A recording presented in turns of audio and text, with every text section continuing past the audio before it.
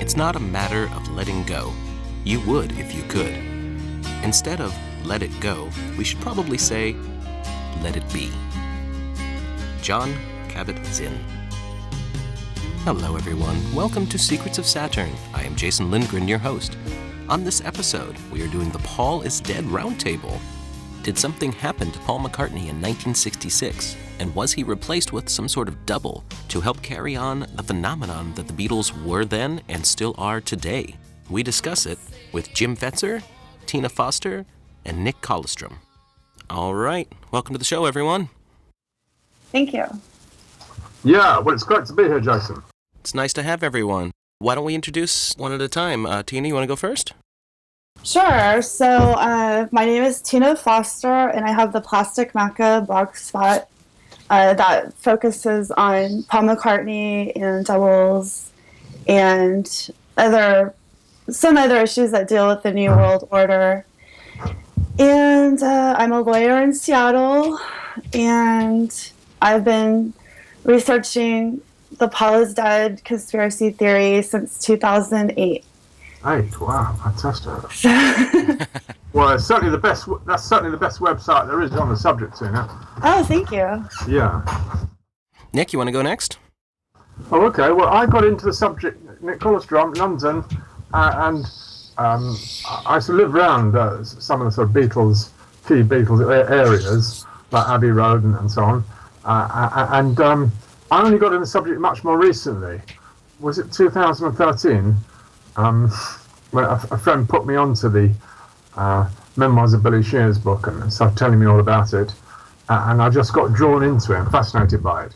So before that, I had a bit of a conspiracy background of looking at state fabricated events like the London bombing and so on, and I was a member of the London 9/11 Truth Group, but this seemed something very, very different and much more affirmative and sort of fun and upbeat. So I just somehow ended up doing this book on the subject. I just felt there's a lot of American books, but so why not have an English book on the subject? So mine came out, was it last year? Yeah. Awesome. Jim? Well, I'm a retired professor of philosophy who spent 35 years principally offering courses in logic, critical thinking, and scientific reasoning. I've published a couple hundred articles and, as of today, 32 books with several forthcoming. My area of specialization is the philosophy of science, where I earned my PhD in 1970.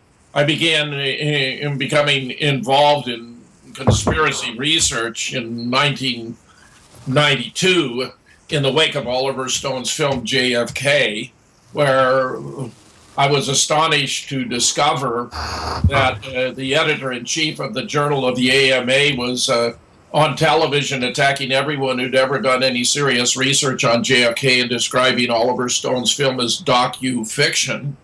And while it's not perfect, it's certainly a masterpiece and ought to have been the picture of the year without any doubt in terms of the Oscars, had it not been that Jack Valenti, who'd been an aide to Lyndon Johnson, who played a pivotal role in the assassination, had worked against it in his position as the Tsar of Hollywood. So before my retirement in 2006, I'd already published 3 collections of expert studies on JFK. Actually a book on the death of Paul Wellstone. Subsequently, I've just done a huge amount of work on 9/11, Sandy Hook, the Boston bombing, and other issues, where the Paul McCartney was a relatively recent interest, but where I had a great enthusiasm for the Beatles virtually lifelong. Awesome. Thanks, Jim. Now, I'd like to explain exactly what it is we are going to discuss today, and which is the theory that Paul McCartney had died in 1966 and was replaced during the time of the Beatles being the most popular band in the world. Who would like to take the first step here to explaining what really went on? Well, I can talk about a little bit. So back in 1967, a quote rumor started that Paul McCartney had died in a car crash in late 1966. And it sort of made the rounds, but it became big news in 1969 when it was published in America that Paul had died, and it became just, it was a big news story. It was on major networks, and everybody started to research and look for clues. It wasn't so easy to look on, I mean, there was no internet, so it wasn't so easy to compare photos and videos, but so people mostly focused on the clues and the album covers and backmasked messages.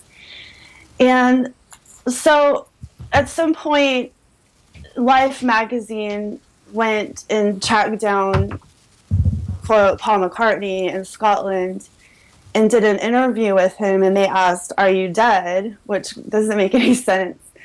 But of course he said, no, he's not dead. And so for a lot of people that put the whole story to rest. But the Paul is dead conspiracy theory has never gone away, because too many people can see that it's not the same person. So I became involved in 2008, and I thought it wasn't true, and I was like, oh, I will just look at some pictures. But I fell down that rabbit hole so hard. And I can see, it took me about 2 days of really intensively studying the pictures to see it. And so I got really involved in that research. And then about a year later, in 2009, some forensic scientists from Italy published an article in Wired Italia talking about the forensic proof that Paul was replaced.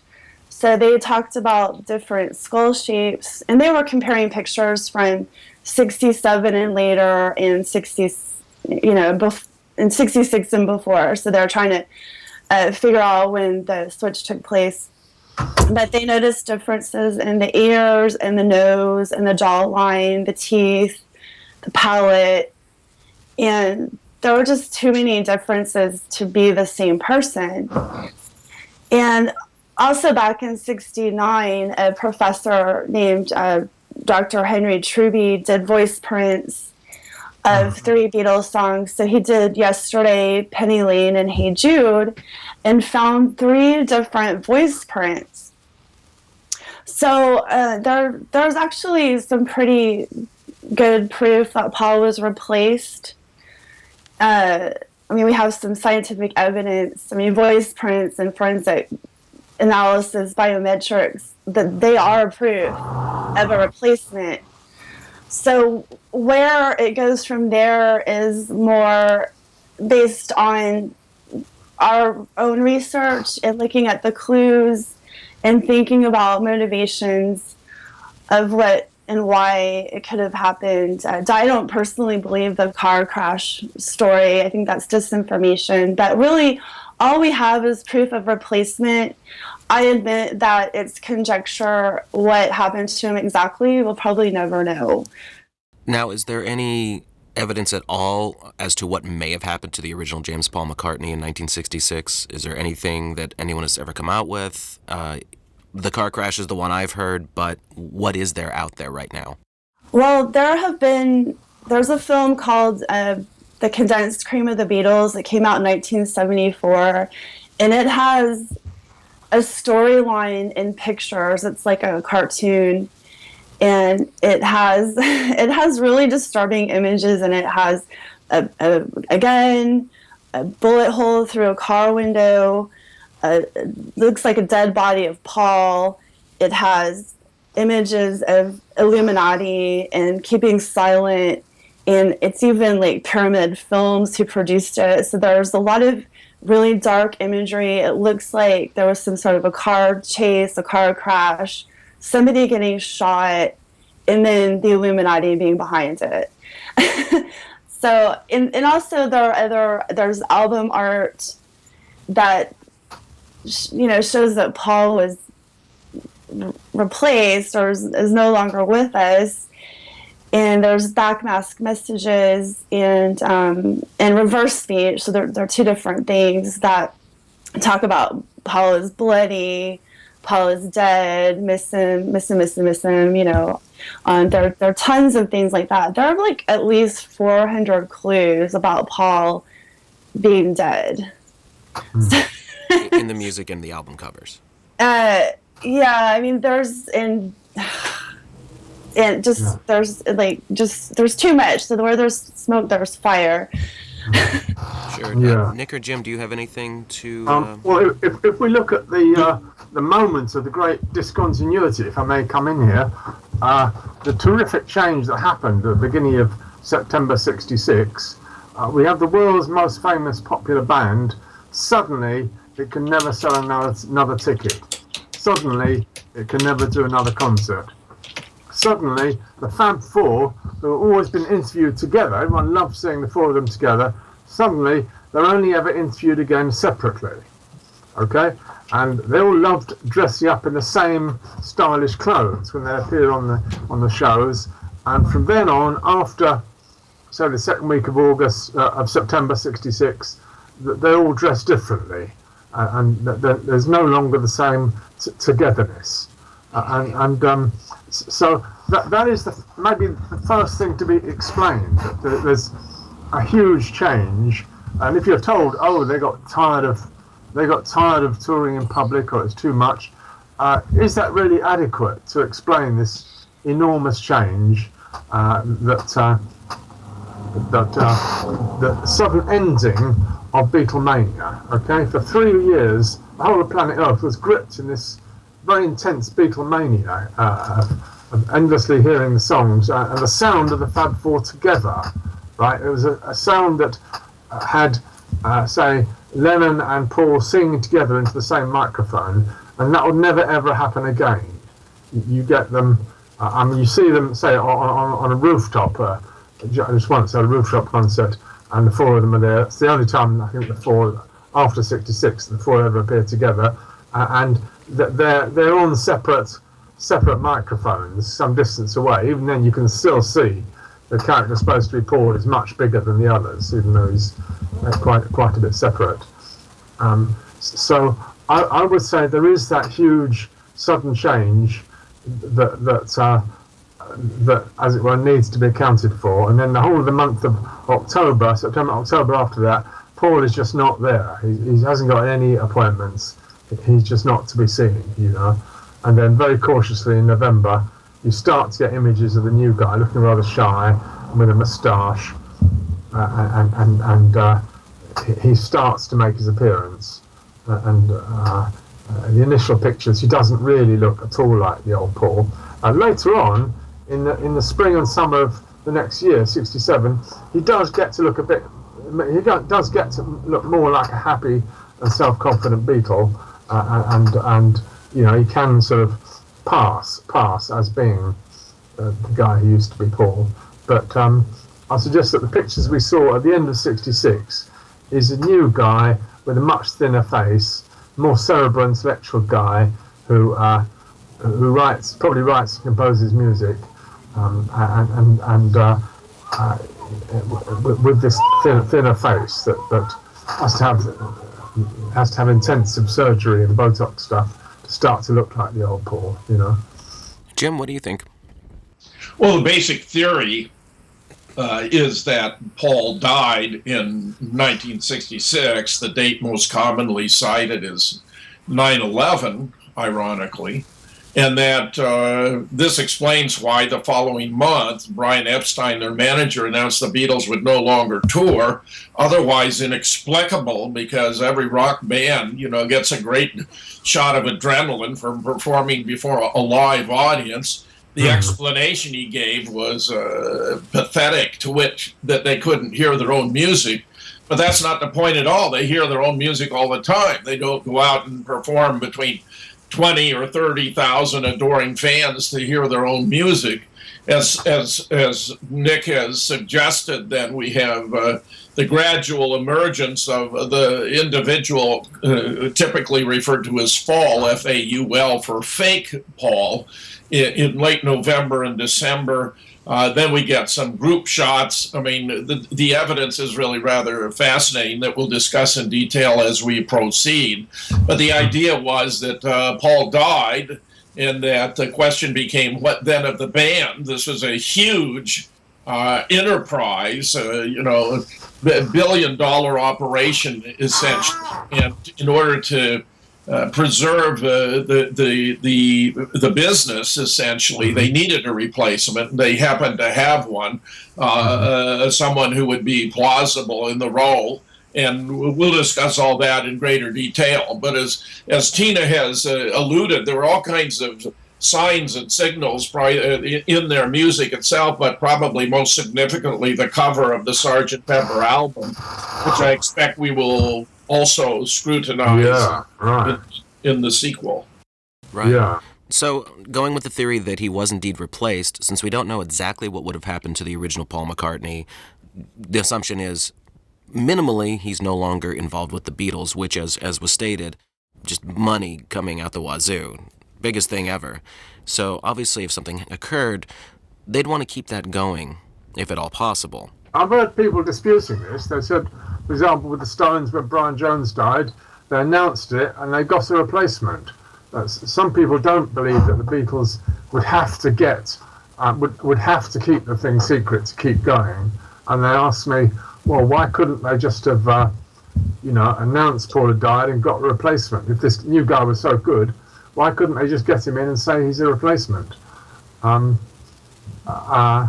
understanding is that there were huge revenues from the Beatles sales, and it would have been too much of a risk. But could I ask Tina if she's got a view on this? I do. Yeah. Okay, well, and from my research, I think that it was more about social engineering. The money was great, but I think that was a secondary motive. I think that Paul McCartney and the other Beatles were so popular, and they had a world stage, and they were not Illuminati puppets, okay? They were talking out against the Vietnam War. Paul was apparently interested in writing the score for Rush to Judgment, which questioned the JFK assassination. Yeah, right, yeah. He, they wrote Taxman, which was very critical of government policies. They were also writing very spiritual music and taking things, in my opinion, towards a higher consciousness using music. So there were different motivations. I mean, really pick one. Just speaking out against the Vietnam War or JFK assassination official story would be enough, in my opinion, that these very popular people who had a lot of influence and had a world stage, if they were not controlled and were not towing the line, that something would have to happen. Either they get killed and that's it, or silenced somehow, or take the opportunity to use that popularity to influence people in the way that the elites wanted. And I think that's what happened.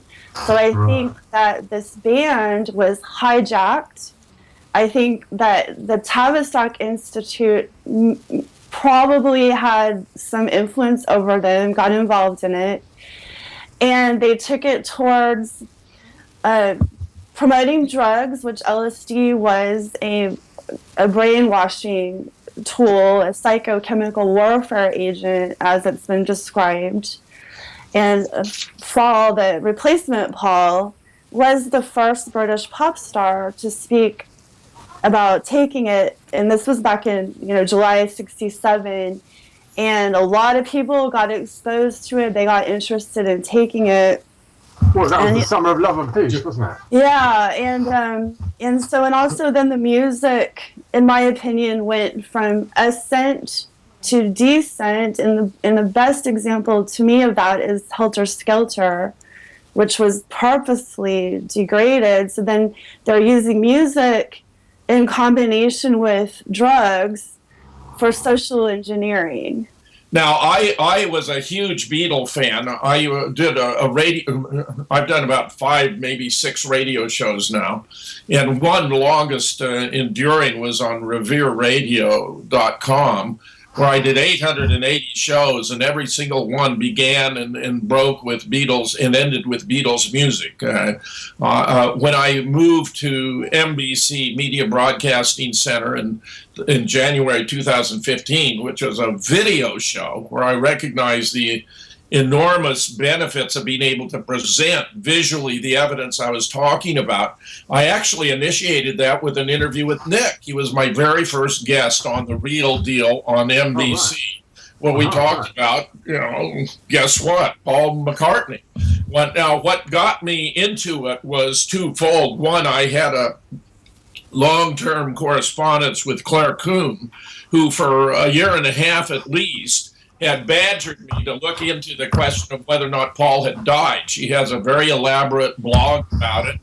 She's revised it many times. It includes a sketch by John Lennon that's rather fascinating because it shows a figure that seems to have his skull split open and gore coming out, raising questions of what could this possibly mean. It doesn't look like it's something one would just dream up, that it would be more likely to have been inspired by true events. But it was when an entity called the Hollywood Inquirer, which may or may not be a bona fide outlet, it's been disputed, for example, by another associate of mine, Kevin Barrett, where we were both publishing on Veterans Today at the time. And when I published an article that was inspired by this interview purportedly with Ringo Starr, where he explained that when Paul died, we all panicked, claims Ringo, obviously very emotional. We didn't know what to do, and Brian Epstein, our manager, suggested that we hire Billy Shears as a temporary solution. It was supposed to last only a week or two, but time went by and nobody seemed to notice, so we kept playing along. Billy turned out to be a pretty good musician, and he was able to perform almost better than Paul. The only problem was he couldn't get along with John at all. Now, this intrigued me. It had a certain ring of truth, given everything that Claire had primed me to contemplate. And I published an article about it in Veterans Today, which Kevin Barrett savagely attacked. I mean, he was implying I'd completely lost my mind by proposing this, and I can't recall if then I had already discovered the work of the Italian forensic scientists to which Tina alluded, where they demonstrate that they set out to disprove the hypothesis that Paul had died, which had become, such a sensation within the Beatles community because of all the clues in the music and so forth and the album. And when I discovered their work, for me, it cinched it because they have different teeth, different palates, the shape and size of their skulls is different, their ears are different.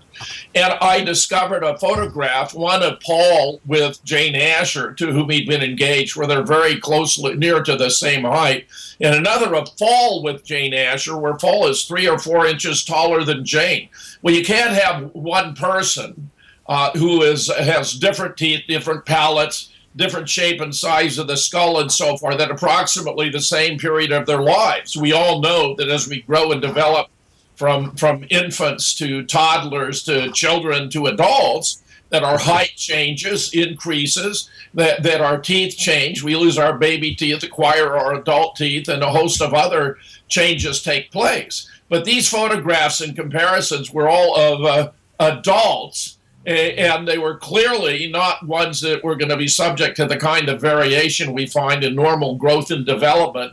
And since you can't have two persons be the same person with such different features, for me that was conclusive. For whatever reason, Kevin held off forever, though he's now come around. He not so long ago conceded to me that I'd been correct about Paul after all. But, it's so seemingly overwhelming when you're talking about someone who may be the most conspicuous figure in the world, most closely scrutinized, where when I published 4 chapters about it in my first relatively recent first of a series of books about these issues.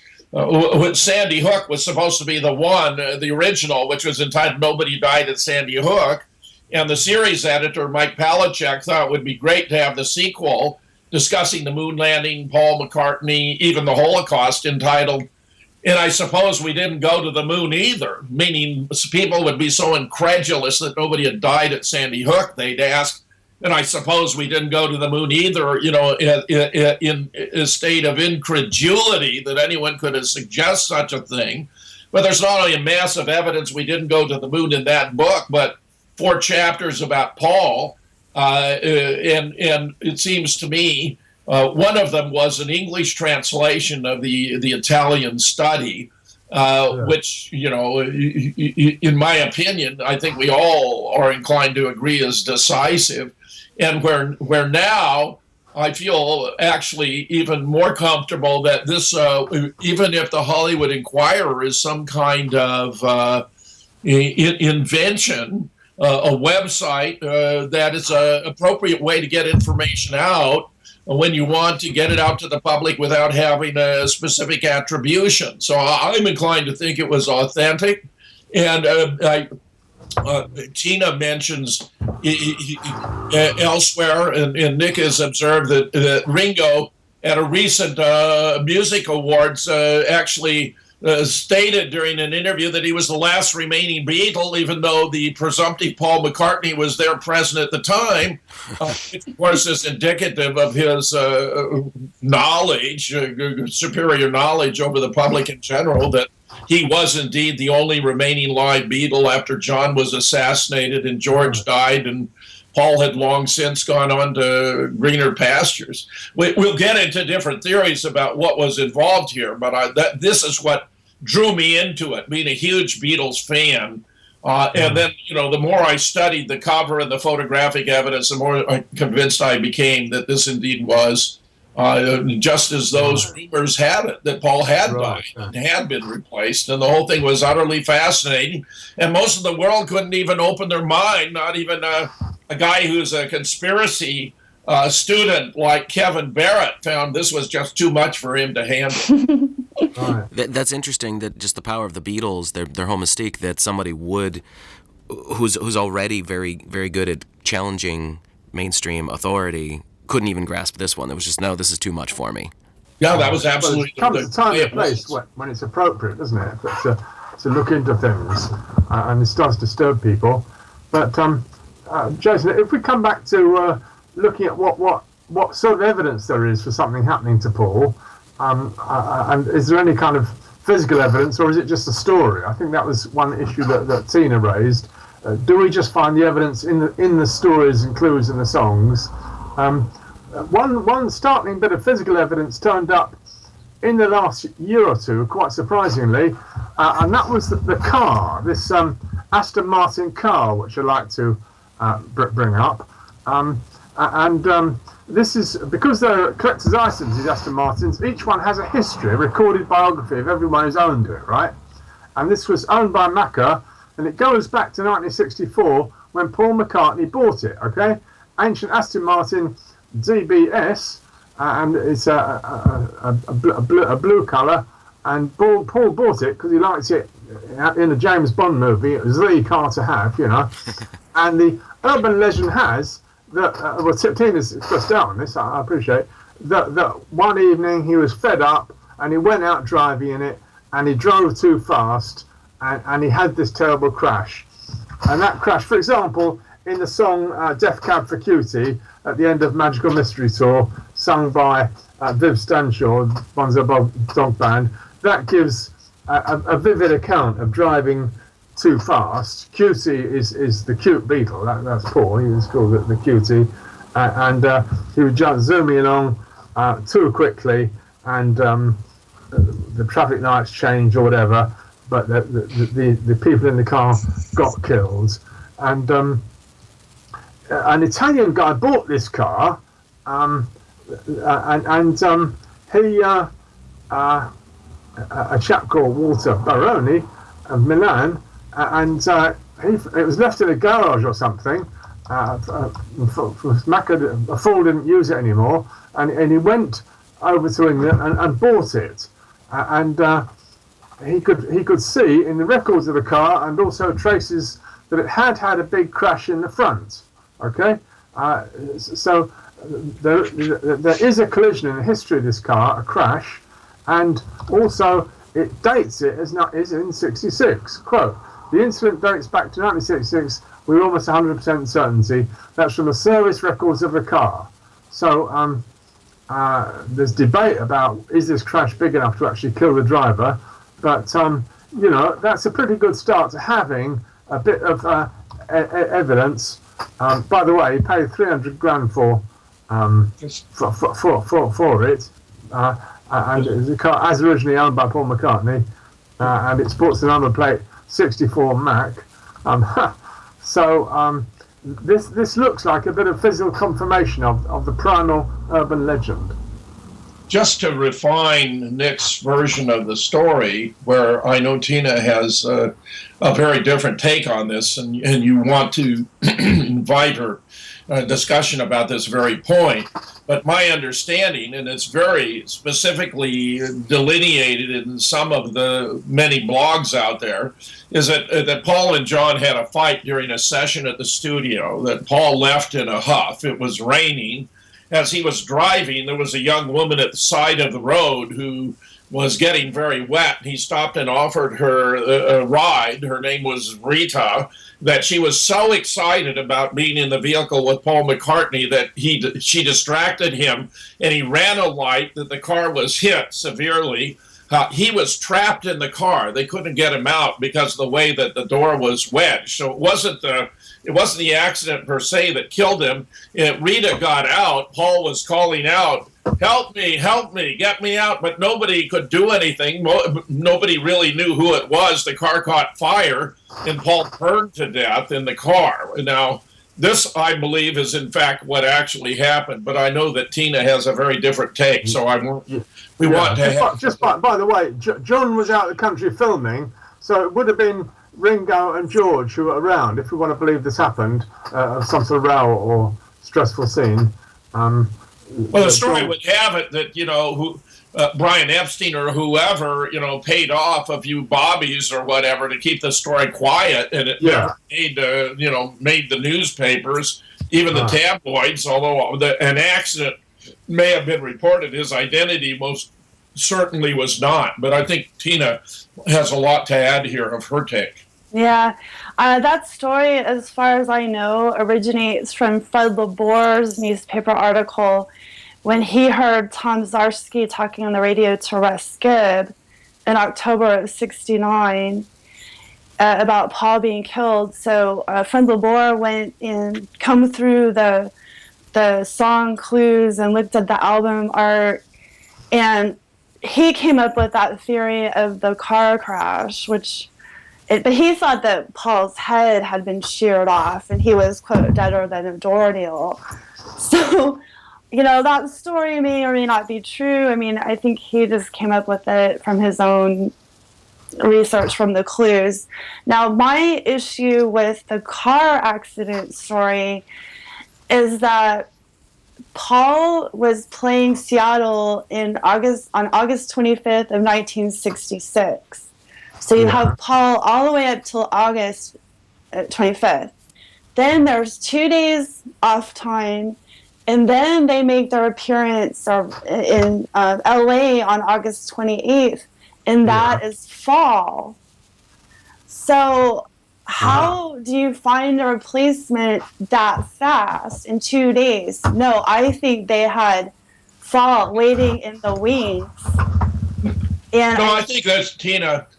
They may have sometimes subbed in someone else if Paul was ill or whatever, and it could be that it would have been the same party who eventually replaced him. But I would dispute your claim. The change, the announcement by Brian Epstein fits with a death in September.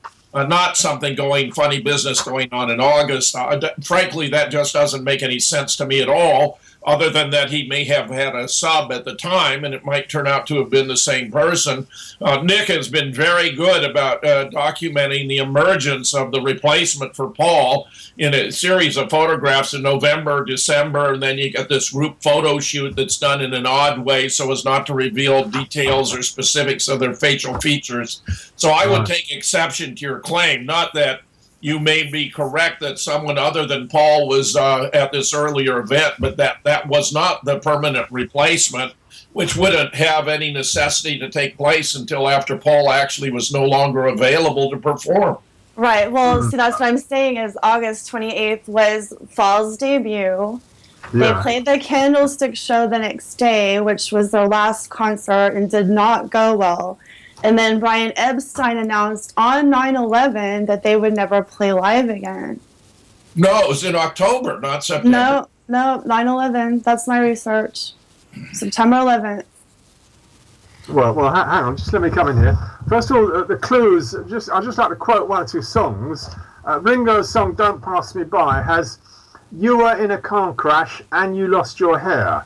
This is about the person who he says he loves more than anyone else, and can't believe that he isn't going to come back anymore. This true love,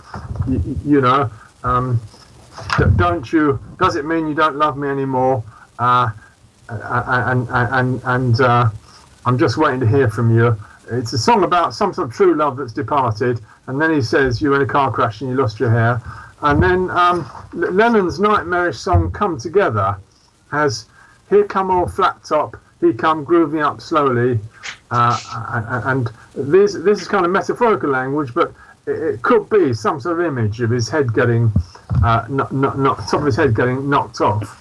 Yeah, I think that's where Fred LaBour got it. Yeah. Anyway, let's come back to your interesting suggestion about the end of August. I would say that in the American tour, you do get one or two people looking very much like doubles of Paul or replacements coming in, and possibly this is disputed. Possibly the last interview in Los Angeles, there's a guy with a very round face who people think might not be the original Paul, and certainly there's an airport shot somewhere. I think they're coming off the plane at Los Angeles, and you see the Fab Four coming down, and there is some guy replacement of Paul definitely there. But I think you, Tina, are referring to some extra tall guy who's in one of the concerts. Is that right? He's taller than he should be. Do you mean at the Candlestick, or do you mean at the LA press conference? Well, you're making the statement that Faul has definitely appeared at when you said he appeared. Yeah. Was that at the last Candlestick? Was that the last concert? That was the day before the last concert. So that was, and there were lots of allusions to doubles and decoys, and their image not being like the real image. And sometimes you can't tell the would-be's from the real thing. It's a very strange press conference with lots of clues, and in my opinion, that is Faul's debut. Doubles stand-ins were used throughout the, especially the earlier Beatles career, because they had to be flying all over the place and doing all these press conferences and all these shows and just meet and greets. Is there any documented evidence? That's a very important question. And there's a fairly new book called The Beatles Conspiracy by David Malocco, which came out just about the time my book was being published. And it definitely has an interview with somebody who sees a double. This is while the real Paul McCartney is around.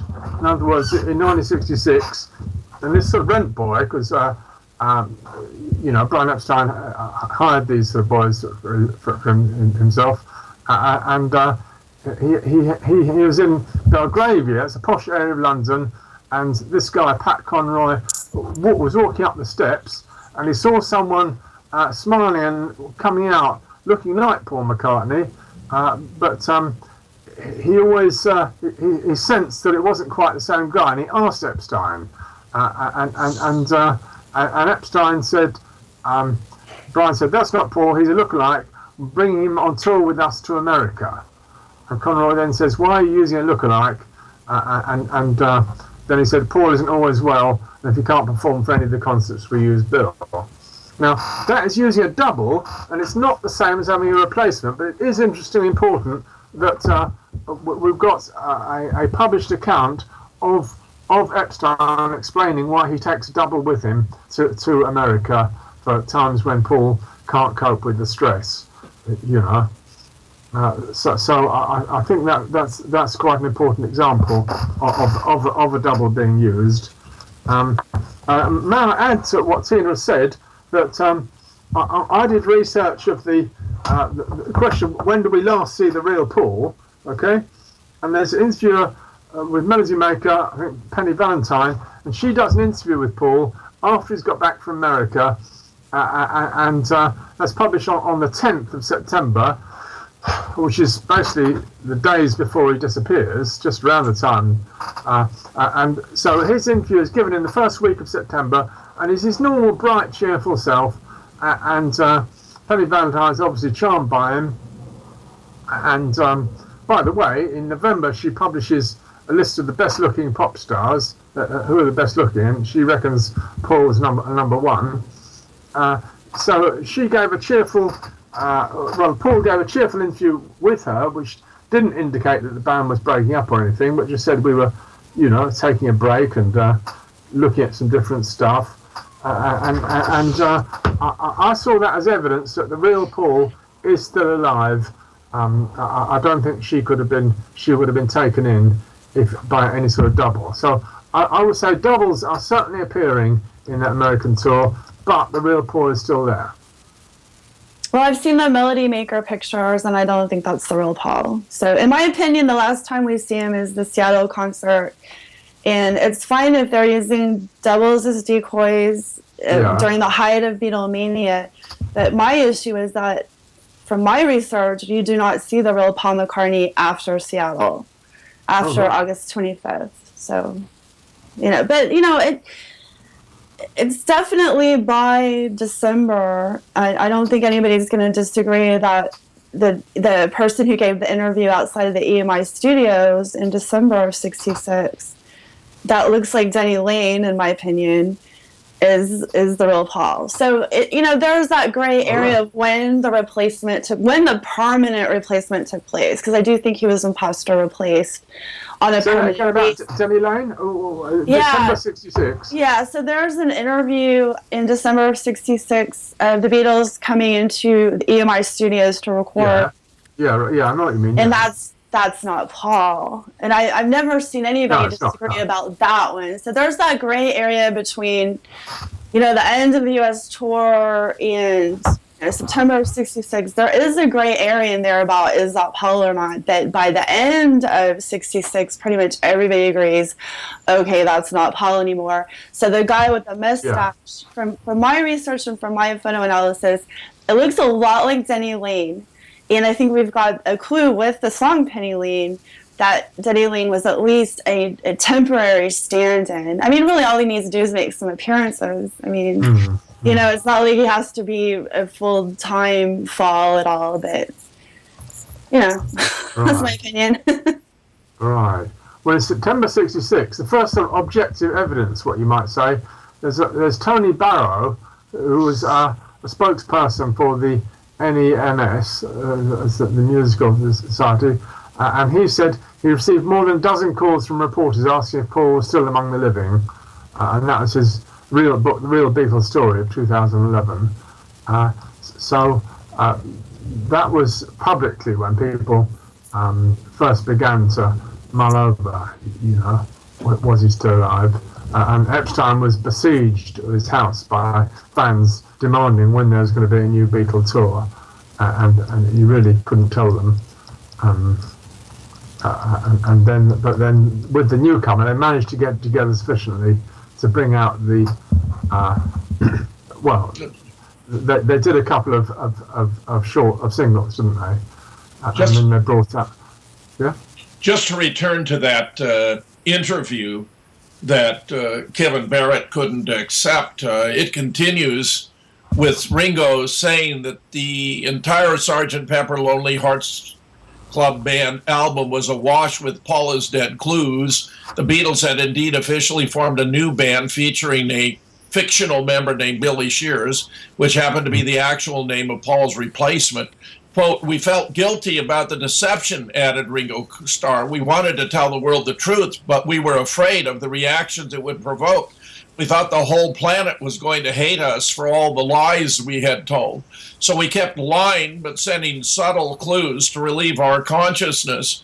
When the first rumors finally began about the whole thing, we felt very nervous and started fighting a lot with each other. At some point, it was too much for John, and he decided to leave the band." Now, the cover of the Beatles album is a funeral, and the funeral is evidently for someone who played a left-handed guitar. You see the original Beatles in dark on the side, then you see the resplendent figures of the members of Sgt. Pepper's Lonely Hearts Club Band. Paul is decidedly taller than he ought to be if he were the original James Paul McCartney. And I just don't see how anyone could dispute that that album was intended to introduce the one and only Billy Shears as a permanent replacement of James Paul McCartney. So, I think that is the decisive public statement, affirmation by the Beatles, as close as they get, apart from other clues, like in I Am a Walrus. There's another clue for you, all the walruses, Paul. And, of course, the Abbey Road album, where you have the four figures that have been suggested represent John dressed in white as a clergyman, Ringo dressed in black, the undertaker, George in denim and a shirt, the gravedigger, and Paul with no feet and out of step, the corpse. I mean, I'll be interested. I imagine all three of us are very much in agreement with what I've just sketched here, but I'd be glad to hear if Tina takes any exception. Yeah. Oh, no. I think that on the Sgt. Pepper album, it's definitely a funeral. I think that the old Beatles are actually wax effigies. And of note is Aleister Crowley being on the album cover, too, who was a co-founder of the Tavistock Institute. Yeah, but of course, Tina, look at all the figures there. What are there, 50 different figures there? So to pick up Aleister Crowley is kind of arbitrary, it seems to me. No, because a lot of them on there, like Jane Mansfield, had been killed. I mean, it's like everybody on there is on there for a reason, if you dig into their history.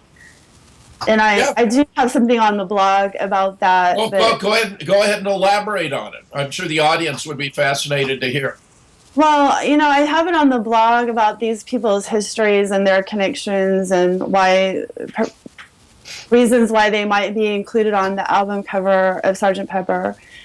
But yeah, I mean, it's clearly a funeral. It's and then Abbey Road also has the White Beetle. It has McCartney smoking with his right hand when everybody knows that Paul was a left-hander. So there are all sorts of clues. I mean, even Let It Be with Red being behind the picture of McCartney, people latched onto. And that photo is definitely, all those photos were manipulated from the original to make McCartney's head look rounder like the original. And yeah, I mean, we talked about some of the song clues. Go ahead.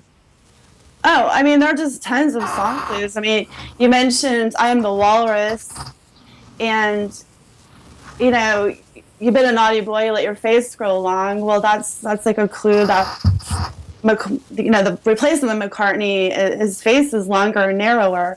So there's all sorts of evidence of photo tampering.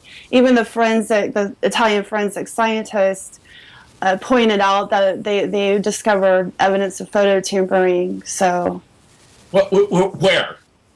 In pictures from '67 that. They gone back to try to change the image of Paul to look more like Faul. Right. Yeah, I think that's absolutely right. Now, notice on the cover. You see a lot of that. Sorry, you see a lot of that in the Beatles' monthly journal. If you look through it month by month, even the '66 pictures of Paul, the face seems a bit elongated, as if they were kind of preparing for what was to come. No, it's not. I think it's done retrospectively, Nick, myself. Well, yeah, but this comes out monthly. This journal. Yeah. Okay. But did you have the original issues? Well, yeah, I'm talking about the original issues, and then No. I mean that you didn't obtain from the internet, but that you had physically obtained at the time. yeah, physically real, actual journals. Yeah. I mean, I did all my research. Do you have those, Nick? I did all my research at the British Library newspaper room, which has access to. Okay, very good. Okay, very good. So they bring you out real paper journals, you see, and then you get moustache painted on. The real old Paul has a moustache painted on, and so they're fiddling about, kind of telling you that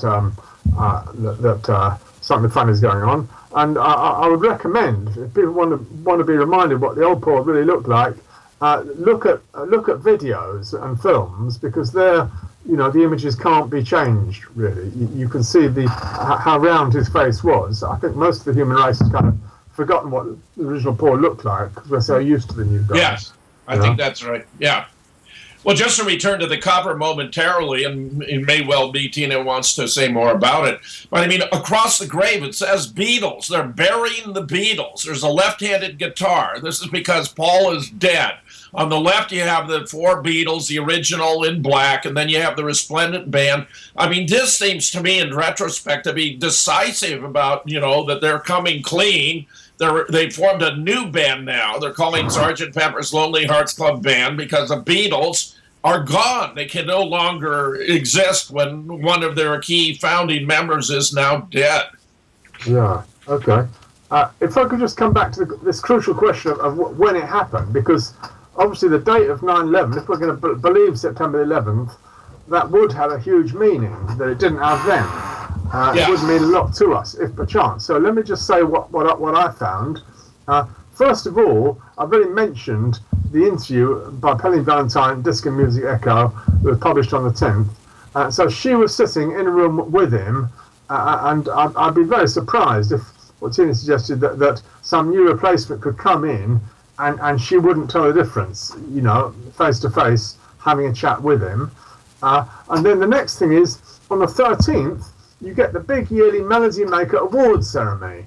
Now, this was in a posh new place in London called the Post Office Tower, and who was winning the big awards? It described how Tom Jones pushed Cliff Richard off the #1 spot for vocalist, and Paul was getting a whole load of awards, and they were actually getting their 20th platinum album with Revolver.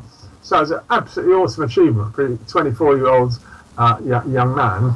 And if indeed, as Tina suggested, he never came back from America, if he was gone, right from the end of August, I wouldn't expect the newspaper magazines, like Melody Maker, for example, to advertise the whole awards ceremony with the Beatles getting a whole lot of awards if the catastrophe had already happened and was known to have happened. If Paul literally wasn't around then. As I read the story, that catastrophe happened just days before the Melody Maker Award, just a day or two before, for example, on the Sunday the 11th, and they had to very quickly make up a story, and the way the whole Melody Maker ceremony was arranged, I would say no journalists were really there. Paul certainly wasn't there, and you get very stilted looking photographs that are somehow put out and stories put out as if people weren't really there. Well, Faul has done many interviews where the interviewer thought he was the real Paul McCartney. So saying that because one person thought he was the real Paul, it may or may not mean anything. But, I mean, don't we all agree that the media is controlled to a certain extent? Yeah. So just because the interviewer is like, oh, that's Paul McCartney, I mean, they also report fake news every day, so why would that be any different? Well, they do, yeah, that's true. Well, it's a good question. It's a good question why they'd be. It's a good question why they'd be giving fake reports about the Beatles, for God's sake. I mean, this is not like political news about the Orlando shooting or Boston bombing or Sandy Hook. I mean, there's no question that the media is highly controlled and totally unreliable these days, especially. after the Smith-Mudd Act, which was passed in 1948 to preclude the use of the techniques of propaganda and disinformation within the United States that were being used by the intelligence agencies without, was rescinded, nullified by the National Defense Appropriations Act of 2013. I know you have a more sinister interpretation of all of this and of the Beatles as some kind of psyop, Tina, so I'm sure we all would be interested in hearing your elaboration. Well, what I'd like to ask actually first to lead into that is, if Paul McCartney was replaced, who was he replaced with and why? And Tina, go ahead and explain that. Yeah, I mean, I do think that this became very politicized. So your first question is, why would the media lie about Paul McCartney? And why would this even be an issue? Why do they continue this lie that Faul is Paul, and what's the motivation behind it? Well, yeah, in my opinion, this band was hijacked for social engineering. So I think the Tavistock Institute got involved because the original Beatles were not promoting the New World Order agenda. They were not interested in that. They weren't interested in telling people what to do. They weren't going to promote drugs.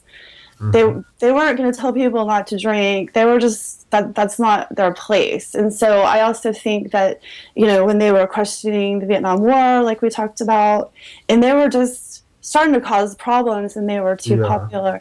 So okay. How about who he was? Do you want to say anything about who this new guy was, Tina? I mean, I think he was just an Illuminati-controlled puppet. I think that they used Paul McCartney's name and his popularity to push an agenda, and that was who was the replacement? Who's the person who replaced him? Who was Faul? Who was Faul? I think Denny Lane was at least a temporary replacement. Yeah. And, we've looked at things like the OPP patch, the Ontario Provincial Police, which was photo-tampered on the Sgt. Pepper album to look like OPD, which was officially pronounced dead. But we looked at the patch and be like, well, is that a clue to where Faul came from? Is he Canadian, pretending to be English? I mean, I don't know. That seems just a straightforward artistic license to, make it thematic with a cover. I mean, that they wanted something that indicated officially pronounced dead, so they altered the patch. I don't think it indicates any Canadian origin of anything. That was simply a convenient way to do it imagistically. Well, that may or may not be true. It would seem to have some sort of Scottish origins. You think of the Mull of Kintyre song, the tremendous power of that, and his idea claimed that it was his home. And some people think he's got more of a Scottish than a Liverpool accent, but it's a bit hard to tell. But it still remains an amazing enigma. He's like the man who came out of nowhere. He walks through a plate glass plate onto history, and he was a versatile session musician. That's about all we can say. And maybe he was on those Billy Pepperpot albums, that never had any image on the cover, and mysteriously there's no record of that group, Billy Pepper and Pepperpots, performing in Liverpool or anywhere else. They're not on the stage anywhere. So, but he might have been producing those albums. So it certainly remains a mystery. There's a talk about this guy Phil Ackrill, who's one possible. He was in the group The Diplomats, and as you say, Denny Lane played with him, and Denny Lane then moved into the Moody Blues, didn't he? And Phil Ackrill might have disappeared. To be a candidate to the replacement, you've got to disappear. The character has to disappear, in '66, which is kind of tricky. So that's one possibility.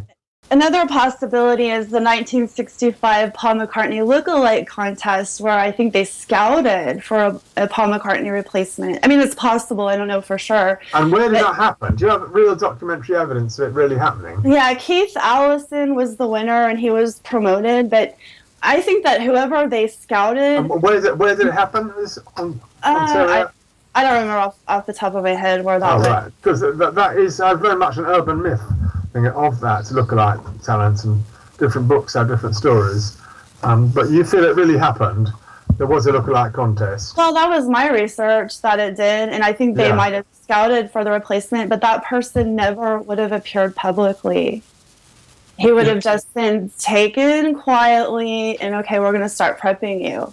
Yeah. So that, oh, Keith Allison is the winner. Oh, look over here at this guy. Well, we quietly prepare Billy Shears, or whatever his name is, you know? Yeah. Yeah, it's like, it's misdirection. Yeah. It seems to me that they had long since noticed that a session musician bore a striking resemblance to Paul. It is the person referred to as Billy Shears, who even has a memoir with which Nick is very familiar. It seems to me, it turns out that Billy was actually an even better musician than Paul, and that part of John's resentment to Billy was that he was having such a dramatic influence on the Beatles and the direction their music was taking. A lot of it before the apparent death of Paul was, let's call it bubblegum music of an extremely high quality. I want to hold your hand, love me do, you know. But after that, they go in all these different directions. Listen to the White Album. The White Album is so extraordinary because it's as though they set out to do a composition of every different type of music you can find on the face of Earth. And the overwhelming majority of them are truly quite extraordinary. There are a few that many have suggested would have been better excluded. But it seems to me this guy was actually a musical genius, extraordinary versatile. He was known as the man of 1,000 voices because he could imitate anyone's voice, that they had to send him to Africa to have some minor cosmetic surgery done in order to make him appear more like Paul. But of course, you couldn't alter his height. Claire has observed that he's often been photographed wearing an earpiece, a fake earpiece, which is absurd if this weren't, of course, a replacement, but we all agree it was a replacement. An interesting observation was made by my colleague Gary King, who discovered that there were 3 different amputee actors playing the same person, Jeff Bauman, in the Boston bombing, where Jeff Bauman, number 1, who was on the scene at the time, is missing his legs below the knee, and the left little finger on his left hand. Jeff Bauman, number 2, is missing his legs above the knee and has all 10 fingers. Jeff Bauman, number 3, has no legs at all. I mean, this is really stunning. I was aware of the 2 when Gary came up with the 3. Well, now Gary figures here because he teaches music. And when we have discussed this Paul Faul thing, Gary said, it was very striking to him, the difference before and after late 1966, because Paul was very good on the guitar, but weak on the piano and keyboards, whereas Faul is brilliant on the piano and keyboards and weak on the guitar. I think that's rather stunning. But I also say the imagination and creativity of Faul seems to me to be overwhelmingly greater than Paul. How much of a difference does anyone think between Revolver and Sgt. Pepper? Because that would have been the albums released pre and post. Yeah, they would, yeah. Well, I would say Sgt. Pepper is the masterpiece, the awesome masterpiece of that was central to the sort of psychedelic power of the Summer of Love and Peace, and they're all separate people singing, separate stories, separate lives in those songs. Some people do feel that it follows on from Revolver. And that Rubber Soul and Revolver were moving in that direction. Yeah. Well, I think Revolver is their best album. That's, music is subjective, but they were moving in a spiritual direction. They recorded Help in a solfeggio frequency, the 432 hertz. So I think they were using music and, maybe subconsciously, or they didn't really know what they were doing, but I think they were using music to lift people up. Yeah. And I think that it really resonated with people, and they love them. People just love them because they were, they had that love energy. But this is what Timothy Leary said about Sgt. Pepper. The Sgt. Pepper album compresses the evolutionary development of musicology and much of the history of Eastern and Western sound in a new tympanic complexity. Then adds psychedelic drugs. Millions of kids turned on pharmacologically, listening to stoned-out electronic music designed specifically for the suggestive, psychedelicized nervous system by stoned-out, long-haired minstrels. This is the most powerful brainwashing device our planet has ever known.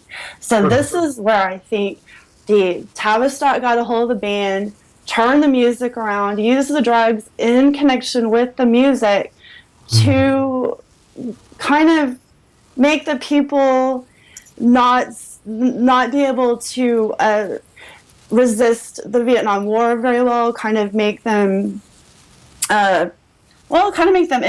I mean, LSD. Okay, so you guys might be familiar with Colin Ross, who's a doctor who's done research on MK Ultra and LSD.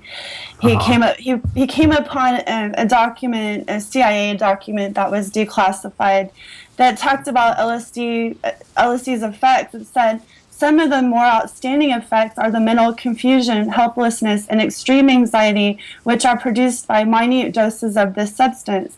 Based upon these reactions, its potential use in offensive psychological warfare and in interrogation is considerable. It may become one of the most important psychochemical agents. So, yeah, I don't think Sgt. Pepper is, I think it's a political agenda in that album, personally. I want to come back to this psycho-op aspect that Tina is describing, but let me just say Revolver has some absolutely sensational songs. Eleanor Rigby, for example, is one of my all-time favorites. And Good Day Sunshine and a host of others are there as well. I mean, there's a lot of very, very good stuff on the Revolver album. But look at the history of Faul after from Sgt. Pepper on, creating Wings, for example. He wouldn't play Beatle music for at least a year, maybe even longer. Or Norwegian Wood, of course. Norwegian Wood is another wonderful piece in Revolver. Surely, right through the 70s, he wouldn't perform a Beatles song. Yeah, I think it's because he was free from the emancipation of having to play the role of Paul McCartney. And now he wanted to do his own thing. But I think this guy is just an unbelievable creative talent. Now, to return to Tina's suggestions, listen, I think the reason why the Beatles had such a grip on America was because it came in the more or less the immediate aftermath of the assassination of John F. Kennedy. The nation was in a state of profound mourning. I know the redemptive value of music in a context of great grief, because it was after my mother died when I was 11, and I went to live with my my father and stepmother, that I had a little radio in the bunk beds that I designed to convert a screen porch into a room for me and my brother, and it was listening to what my stepmother called my beer hour, Lucky Locker dance time, where they had Shaboom and Smoke Gets in Your Eyes and a whole bunch of other wonderful music that emotionally redeemed me. I mean, I felt as though I was being emotionally brought back from the dead. I think the Beatles had that kind of effect, uplifting, inspiring, joyful, regain our spirits, and that's why they had such a profound impact. I personally am extremely skeptical about Tina's theory of the design of Tavistock and all this. I frankly do not see it, but I think it's fascinating. It's fascinating for her to articulate, because you can't know what hypothesis is true until you get it out on the table and are in the position to kick it around. The hardest part of research is coming up with alternative hypotheses. It's not actually sorting them out once you get them articulated, but getting them articulated out on the table in the first place. Yeah, but if we have 9/11 as the date when it happened, just the possibility, that would mean that it was deeply intended and planned. That would imply that it wasn't just an accident. I mean, the story which initially, which I would tend to tell, is the tragic car accident or some cataclysmic accident, and then Brian Epstein has to move very quickly and get a replacement. An alternative, if you have the 9/11 date, is that it's somehow deeply planned and intended for whatever reason. But Nick, why are you attaching that significance to 9/11 in 1966? There are all kinds of reasons why 9/11 took place in New York on that date. Yeah. I mean, we could go into that. It was to preempt, for example, the publication of the results by the newspaper consortium that we're about to publish. That in fact Al Gore actually won the election had all the votes been counted. It's also the case that the Securicom contract involving Marvin Bush was going to, for security at the World Trade Center, expired that day. I mean, there are a host of reasons why 9/11 occurred in New York on that date, but I'm not clear on why you think 9/11 was a significant date in September of 1966. Well, obviously then they wouldn't have thought it was a significant date, and we have to make a decision. Do we think so? Let me just put these dates to you. 1962, September 11th, the very first studio recording by the Beatles at Abbey Road. Okay, they did the singles "Love Me Do" and so on. Then 1966, that may have been the day on which Paul died. Okay. Then the next year, 1967, September 11th, they begin the Magical Mystery Tour. That morning, okay? Then 68, September 11th, Lennon records his song Glass Onion, which I would say is very much about him being haunted by Paul and kind of trying to reach to him in the great beyond, whatever. But it's about him being haunted by Paul. Around about September 11th, 1969, the Paul is Dead story breaks in America, and the week after that, or days after that, we get the first story of it being reported in a local newspaper, student newspaper, and then it becomes major the next month, October, as Tina says, it becomes very big the next month. If you then move on 2010, you get the huge, massive video, The Winged Beetle. Obviously, we're in the next century now. When September 11th had a lot of meaning, but that is when they released the 1 Hour Winged Beetle, which is all about the idea of death and replacement of Paul McCartney. So my thing is that it somehow is a deeply significant part of the story, but in a way that obviously we can't quite understand why that should be. Well, are you referring to numerology at all when you talk about the significance of 9/11? Because there are certain numbers. 3/11 is another one that comes up, and then 7/11, right, with the London tube bombing. Right. I'm not that knowledgeable about numerology, but these numbers are significant. So yeah, it's looking a bit numerological. Yeah. But I mean, who can tell? I always feel the great example is the film The Matrix, which came out right at the end of the last century, and that is the central character Neo, right? He's being grilled by Agent Smith, and Agent Smith says, "Are you Neo or are you Anderson? Who are you?" And he flips over. He says, "We've got all your records here," and he flips over, flipping through his records, and you can see his passport, and his date of birth is September 11th, 2001, and I feel that's kind of significant, linking that last century and this one somehow. The Empire gives you that in this big sci-fi film, The Matrix. Well, it's an acknowledged fact that the elite, the globalists, the New World Order crowd, whatever you want to call them, are definitely obsessed with numerology. Mm-hmm. Seems to be, yeah. There's another theory, by the way, about what happened to Paul, which is that Brian Epstein got in deep, that he was addicted to gambling, and he got in deep with a couple of mobster loan sharks in London, and they wanted to use him as access to the pot of gold represented by the Beatles, vast sources of income. Right. But that Brian wouldn't play along with them, so to demonstrate the potential consequences, they took out Paul as the goose that laid the golden egg. Tina may have something, as she alluded to, a bullet hole in the windshield with which I'm unfamiliar. But there's another alternative explanation of what happened to Paul and why he was taken out. I need to correct, by the way, that I suggested Norwegian Wood was in a revolver. Actually, it was before, prior to Revolver. Rubber Soul. Yeah, it's a wonderful, wonderful Rubber Soul. Yes. Yeah, there are different theories about what happened to Paul, and I think that it's just levels and layers of disinformation to throw people off track. So the first thing is that, well, it's the same Paul McCartney, nothing ever happened. And then, it goes on from there. So it's the KKK or the mob, or it's just a simple car accident.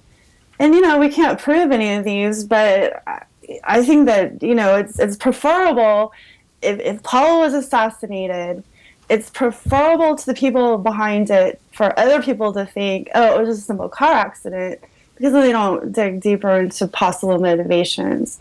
So even if I'm completely wrong about why Paul died and who was behind it, at least it gets this information in front of people and they start thinking about it. Think about the possibility of being manipulated that way and the psyops that go on.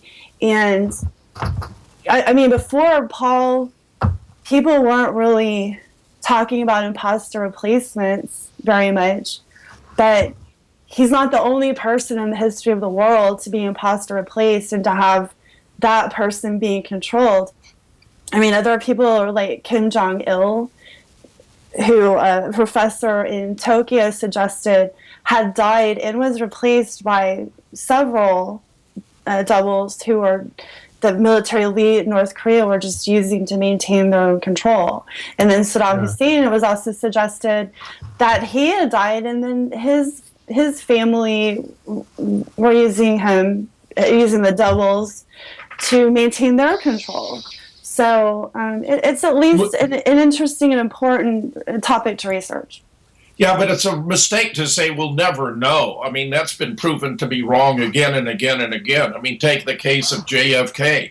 We know overwhelmingly more, in part because of the more sophisticated techniques that have been applied to the X-rays that revealed that the official in the National Archives had been altered to conceal a massive blowout at the back of the head, that a 6.5 millimeter metallic slice had been added to the anterior posterior in an effort to implicate this completely worthless World War II Italian carbine that was actually known as the humanitarian rifle in World War II for never actually harming anyone on purpose. We know overwhelmingly more about what happened to JFK today than we did then. And of course, research today has been greatly expedited by the internet and communications between parties at distant locations at virtually the speed of light. I mean, it's remarkable how fast research can develop. Look how far along we are even in talking about Paul and Faul today because of the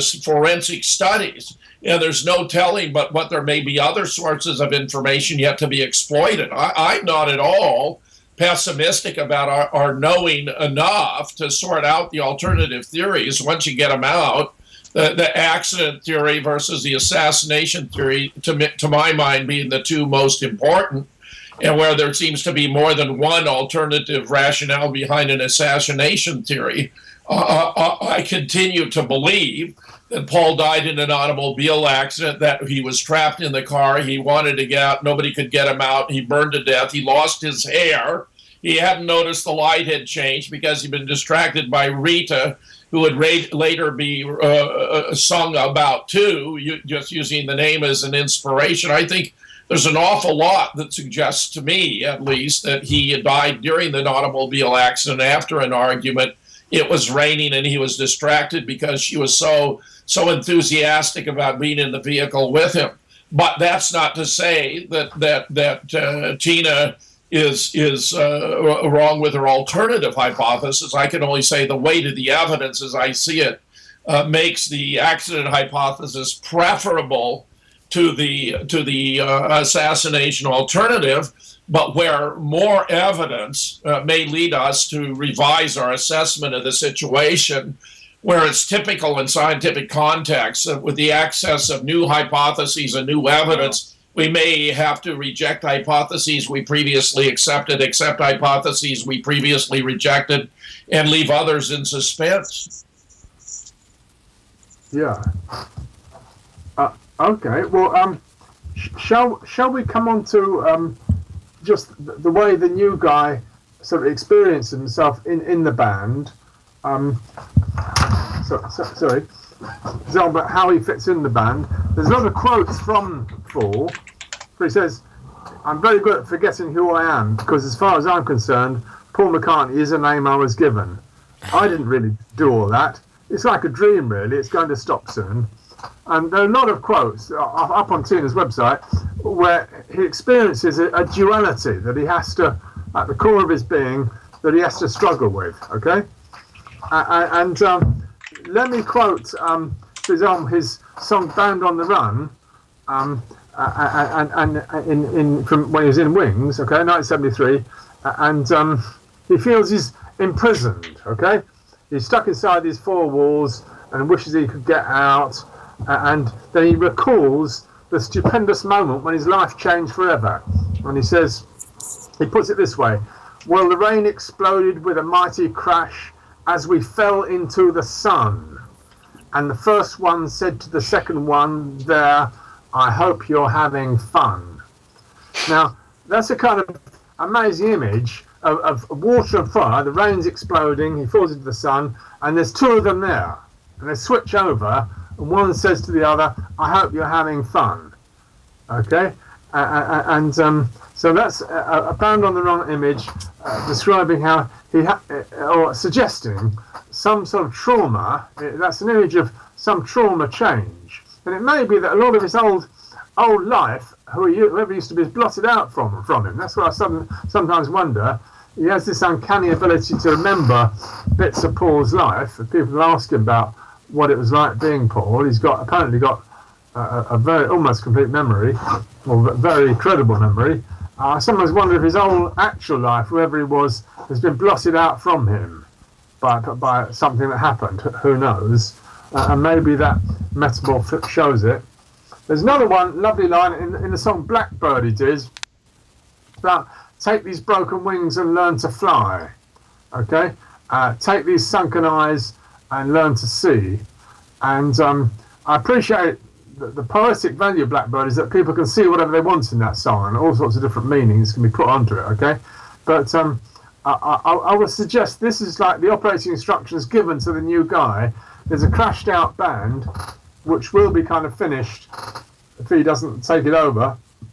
And he has to take these broken wings and learn to fly, take over from this dead guy, and get it going again.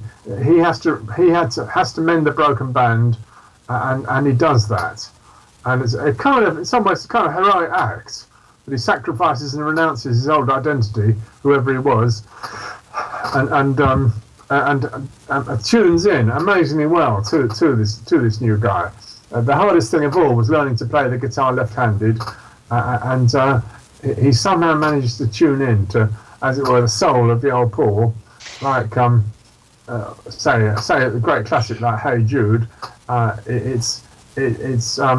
It's almost as if he could somehow tune in to the old Paul, whoever he was, and get that sort of tremendous emotional power. Well, I just wanted to comment on what you said about the trauma and also the memories. And a normal double would be trained. You know, he would learn about his legend, which would be Paul McCartney. Yeah. But, it's also possible something like a Manchurian Candidate was created where he actually got Paul's memories, or that his old past was somehow blocked out. It's possible. I'm not saying it happened, but it is something to keep in mind. Well, the MK Ultra program is acknowledged. It happened, Right. I'm just saying if Faul, and if it is a more elaborate scheme involving Tavistock or something like that, then a Manchurian Candidate, Faul, would not be outside the realm of possibility. I'd also like to inject here that there's a whole darker aspect to the entertainment industry that a lot of people just don't even acknowledge. And It really came to light with the death of Jimmy Savile, where it all came out what was going on in the UK, but it's come out a lot in America as well, that there's this massive intertwining of the military-industrial complex with the entertainment industry. And goodness only knows what could have really been going on. Now, well, yeah, that's true, Jace. But let's remember, the Beatles songs were actually happy, and made people happy, and there was an amazing euphoria in the songs, the wonderful deep harmonies that they could compose, so I think that there may be some element of Tavistock programming, but that may not sort of fully explain what happened. no, but I think that there's a very good stance here that things could have been being manipulated from the inside. There's also the fact that Brian Epstein was homosexual, and that wasn't okay to be in the public eye in the 1960s. So, they could have even been pulling cards on him during that time. Maybe you're alluding to the Maxwell Silver Hammer song, one of Faul's songs in the White Album, and that is, as it were, the MI5 agent who and the lethal power that intelligence will actually bump off people if they step out of line. And breaking the Official Secrets Acts in those days, in the 60s, was a capital offence. Okay, and Official Secrets Act meant that you're not allowed to tell whatever an official secret may be, though you're not sure what it is. So it's quite dreadful. I'd be fascinated to get more substantiation for the thesis of the use of the Beatles' music for social engineering. If we go back to Rubber Soul, for example, I mean, there is a lot of genius shown there, and I don't want to imply, that their later work before the substitution was insubstantial. I mean, I'm a huge fan, not only Norwegian Wood, Nowhere Man and Michelle, but Girl, I'm Looking Through You, In My Life. These are wonderful, wonderful songs. I think I may even like Rubber Soul better than Revolver. But listen, I'm very interested to get some content about what's supposed to be the social engineering aspect. I mean, in Revolution, they say, you want a revolution, well, we'd all love to see the plan. I mean, how is that supposed to be manipulative? And what's supposed to be in any way anti-war and so forth? I want to hear more about this. Let me just comment real quick. In my opinion, the Tavistock social engineering did not take effect until after the replacement, so after Revolver. No, I know. I only offered those examples before replacement. They don't seem to have any social engineering aspect. No. So I'm interested in what you think is the social engineering aspect that emerges after the replacement. It would be the drug agenda with the psychedelic music that Timothy Leary was talking about. So everyone was smoking marijuana. I mean, if you didn't have a few joints in those days, you weren't a teenager, or you weren't you weren't alive. And the anti-war movement was very big because the draft was still there. When Nixon abolished the draft, it was actually catastrophic for the country. It relieved all the anti-war protests, but it left the country in a situation where most families now no longer cared about decisions of war and peace because their children, their sons and daughters weren't going to be at risk, and the executive took much more control over our involvements abroad. It was all very catastrophic. Nixon, of course, also took us off the gold standard, which I think has proven to be a terrible blunder in addition, vis-a-vis the Fed and the publishing of money by a press with nothing to back it and so forth. But I'm interested more, Tina, that things that wouldn't just be general and prevalent in culture at the time, because, Woodstock and all that, I mean, that was fantastic stuff. Well, I don't see social engineering there. Yeah, okay. So the drugs, so LSD in particular, coupled with the music, the psychedelicized music that they used to, I think they basically rendered the anti-war movement, the protesters, impotent. So they derailed it from being a very serious movement that was dangerous to them and took it off to being where it wasn't that dangerous to them. Or they tried anyway, because the drugs are making the people not as effective. Well, Nixon, whoever the whatever the social engineering side was, most likely take a different angle. Dr. Richard Asher would have, I think, known about it. He was a hypnotist psychiatrist, not far from the Tattoo Institute, and obviously he was the father of Jane Asher, and Paul was living in his house. So I think if you think any kind of programming was going on, he would surely have been a person at the centre of it, so he meets this tragic fate a month after his lovely daughter Jane gets jilted, because Faul goes for this American girl instead, Linda Eastman. A mere month after his beautiful top actress daughter Jane is jilted, he is then found dead in his basement of his house, and he's obviously been bumped off by the establishment to the strange circumstances of his death. So that is sort of a very dark part of the story. Now, to add to the social engineering aspect of it, the research of David McGowan and Mark Devlin has definitely demonstrated the massive interconnectedness of the entertainment industry and the military-industrial complex. Yeah, I'm a huge fan of Dave McGowan. Why don't you elaborate on that theme, Jason? Sure. Dave McGowan, who sadly passed away at the end of last year, he did intense research into predominantly American rock stars of the 1960s in the Laurel Canyon scene. But right. The majority of some of the biggest names in American music in the 60s had direct connection to either the military or military companies with their parents. Right. The biggest example that's always used is Jim Morrison's father being Admiral Morrison. Right. Yeah. There's just no denying that this bizarre thing was going on where all these people were coming to this one area. But Jason, how did it manifest in music that was intended to affect social engineering, as Tina has proposed? If I had to take a stab at this, I'd say it's because the anti-war movement was building and building and building, and they were trying to find ways of disarming that. But look, it was already, 1968, Nixon was promising to end the draft during his campaign. Now, it would take a while for it actually to come to pass. He thought it would be an effective political weapon against the anti-war movement. I do think it had a lot to do with deflating it.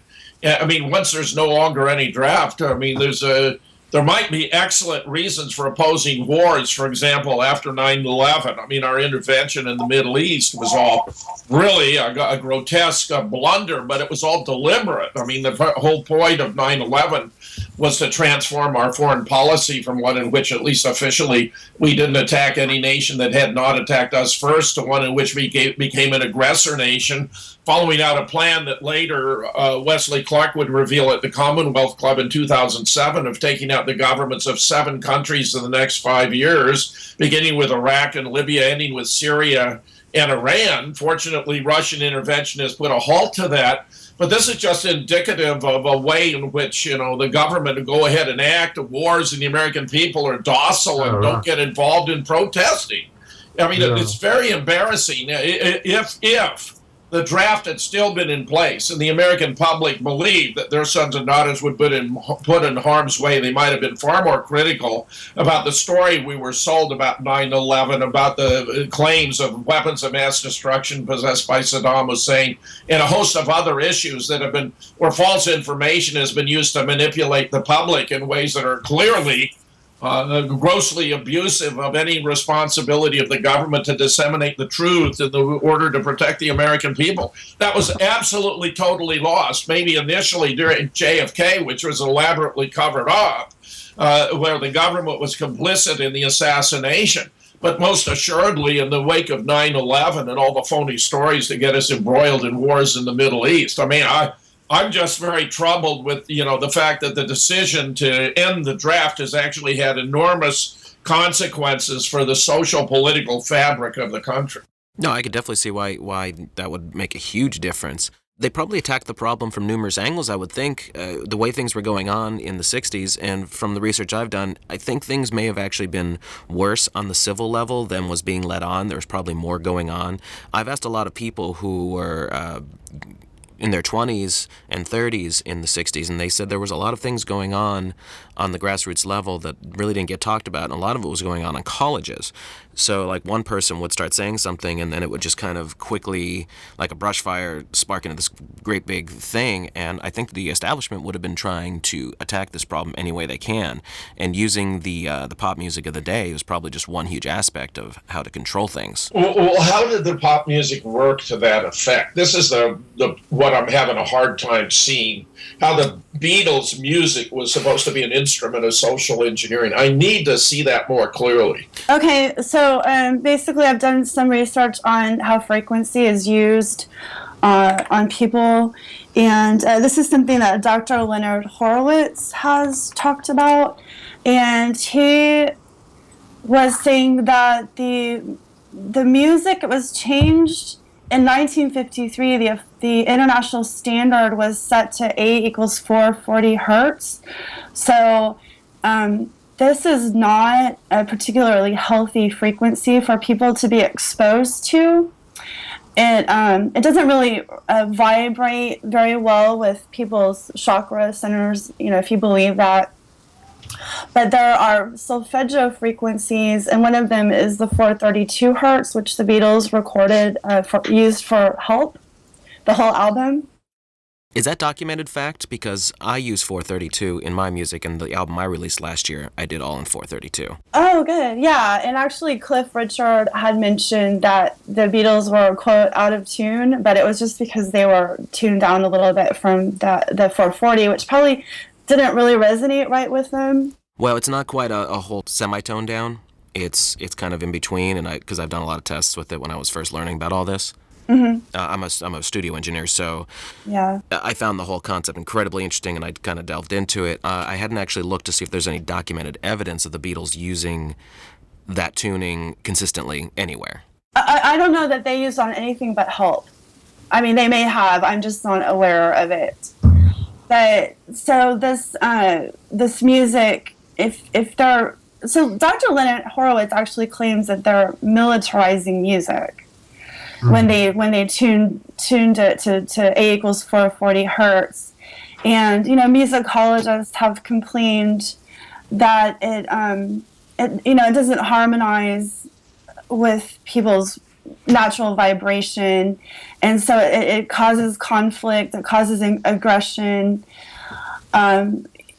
So I mean, it's an interesting thing to look into how the music is used, and that's what I was saying, and why Timothy Leary was saying that they were combining the music with the drugs for this agenda. That could definitely be a part of it. I think what Jim's trying to get at is what was the entertainment industry being used?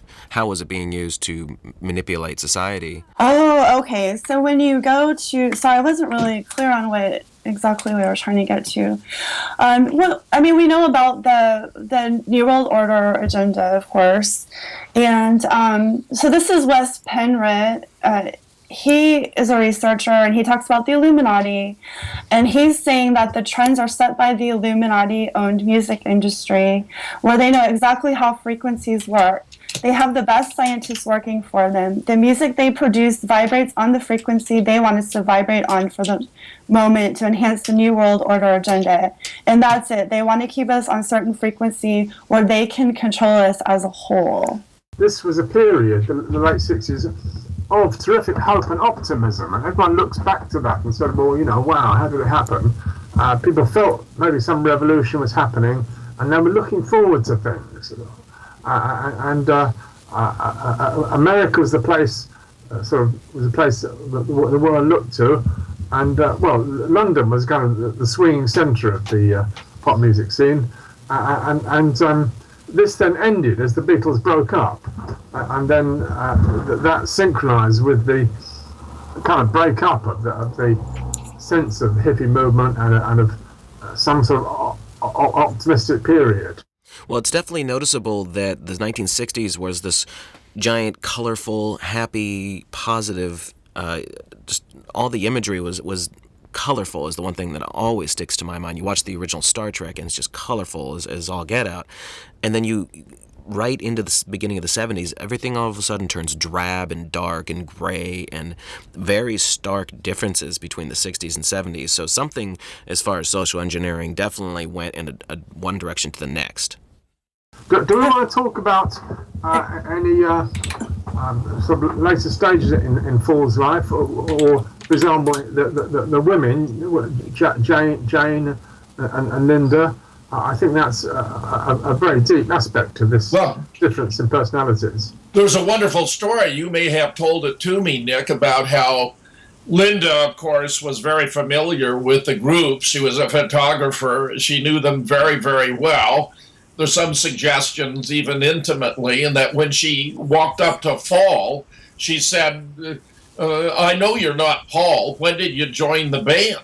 And that this was rather disarming, and he was very open with her. Of course, they would eventually marry, and where, again, I believe you have been the one to observe that Jane Asher appears to have been the actual love of Paul's life. They, of course, were engaged, but that for Faul, it was all Linda Eastman, and, of course, they would go on and do Wings together and so forth. Some of the stuff is absolutely just terrific stuff.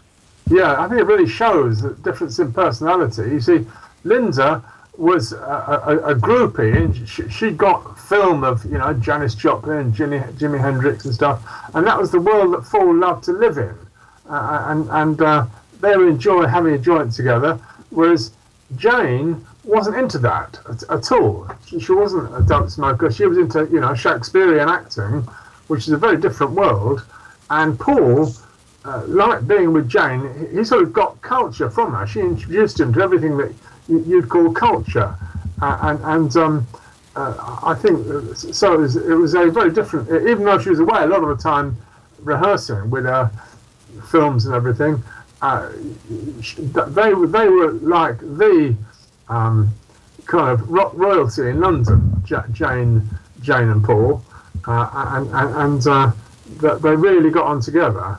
And he composed some songs to her. Nick, what's the stated reasons that they separated? Well, hang on, that would be after Paul died. See, the thing was, after Paul died, Richard Asher, her father, would have explained to her, look, you've just got to go on with the show. I'm afraid you're not allowed to grieve. You've got to look as if you're okay and be seen with the new guy. And she did agree to do that. And that is what gave terrific credibility to Faul as he came on the scene. This lovely redhead would be with him, and he could kind of not only take over Paul's house and clothes, but his girl as well. So that was a terrific blast, and helped to give credibility and integrity to his new life. Then, after he'd met Linda, and he then later told his daughter that he really tuned in to her and fancied her, then he gives an engagement ring to Jane, which is extremely bizarre, and I would say it's the worst thing Jane ever did in her life. There were two actors, and she just took the acting too far and let herself accept an engagement, and of course that all crashed as he finally tuned in to Linda, and tuning with Linda. Let's also note his marriage to Linda, there was only Big Mal invited of the Beatles. None of the other Beatles were invited, and the fathers of the parents of Paul were not invited. Not only not invited, but they weren't even told about it. Okay, so that was a wedding. Being with Linda, he wanted to affirm his new identity. That he wasn't just an image or replica of Paul. He was tired of the enormous stress of putting this mask on and pretending to be Paul McCartney all the time. And Linda really helped him to find a new identity in Wings, and move out to Scotland, get away from the Beatles, and so I think it's quite important that marriage, that the parents of Paul weren't even told about it, and none of the Beatles were invited. And Mal Evans, we remember, was with Faul the very first time he appears on the scene. He's out in Africa on his visit to Kenya, and Mal Evans is with him. And then when they get home, they get back to London, Mal Evans moves in with him at Cavendish Avenue for a month or two, and he's with him, kind of helping him to run the home, and so which is quite a sacrifice from Mal Evans' point of view. So he gets invited to that wedding. So I think that shows the very different characters of these two different Beatle guys, in terms of the two different women. And of course, they were together all the way up until Linda's passing. Linda never really says anything, does she? She never says a damn thing. In fact, all the women are very silent in this story. Jane will never ever talk about Paul, right? After her father is killed and found dead in his own basement, that is a message to her. You don't ever talk about what you know, right?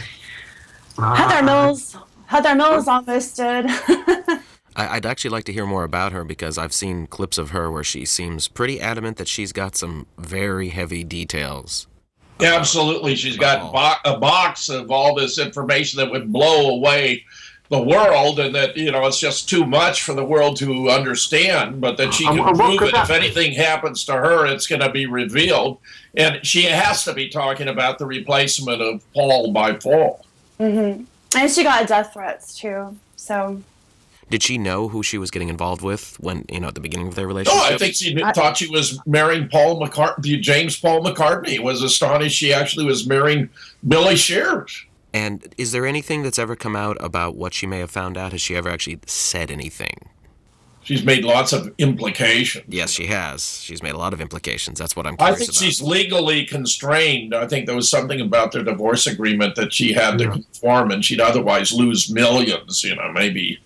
Yeah. I think this was all very tightly constructed. Now, what about the person he's married to now? Oh, another Jewish lady. She's also Jewish, like Linda was Jewish. But, I don't think I know anything about her, to tell the truth. I don't either. That's actually why I brought it up. Yeah. I don't know too much about her either. Just another... Who knows? Maybe a handler. Who knows, right?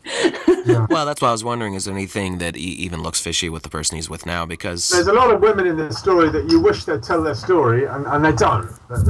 You just never hear from them. They go silent. Well, that's kind of what I'm getting on at here, is there's a lot of people around this story. We're focusing just on Paul, but, going back in time, what was Brian Epstein up to, that we don't know about? What was Mal Evans up to that we didn't know about? What about Linda Eastman? Who was she? Who were all these people?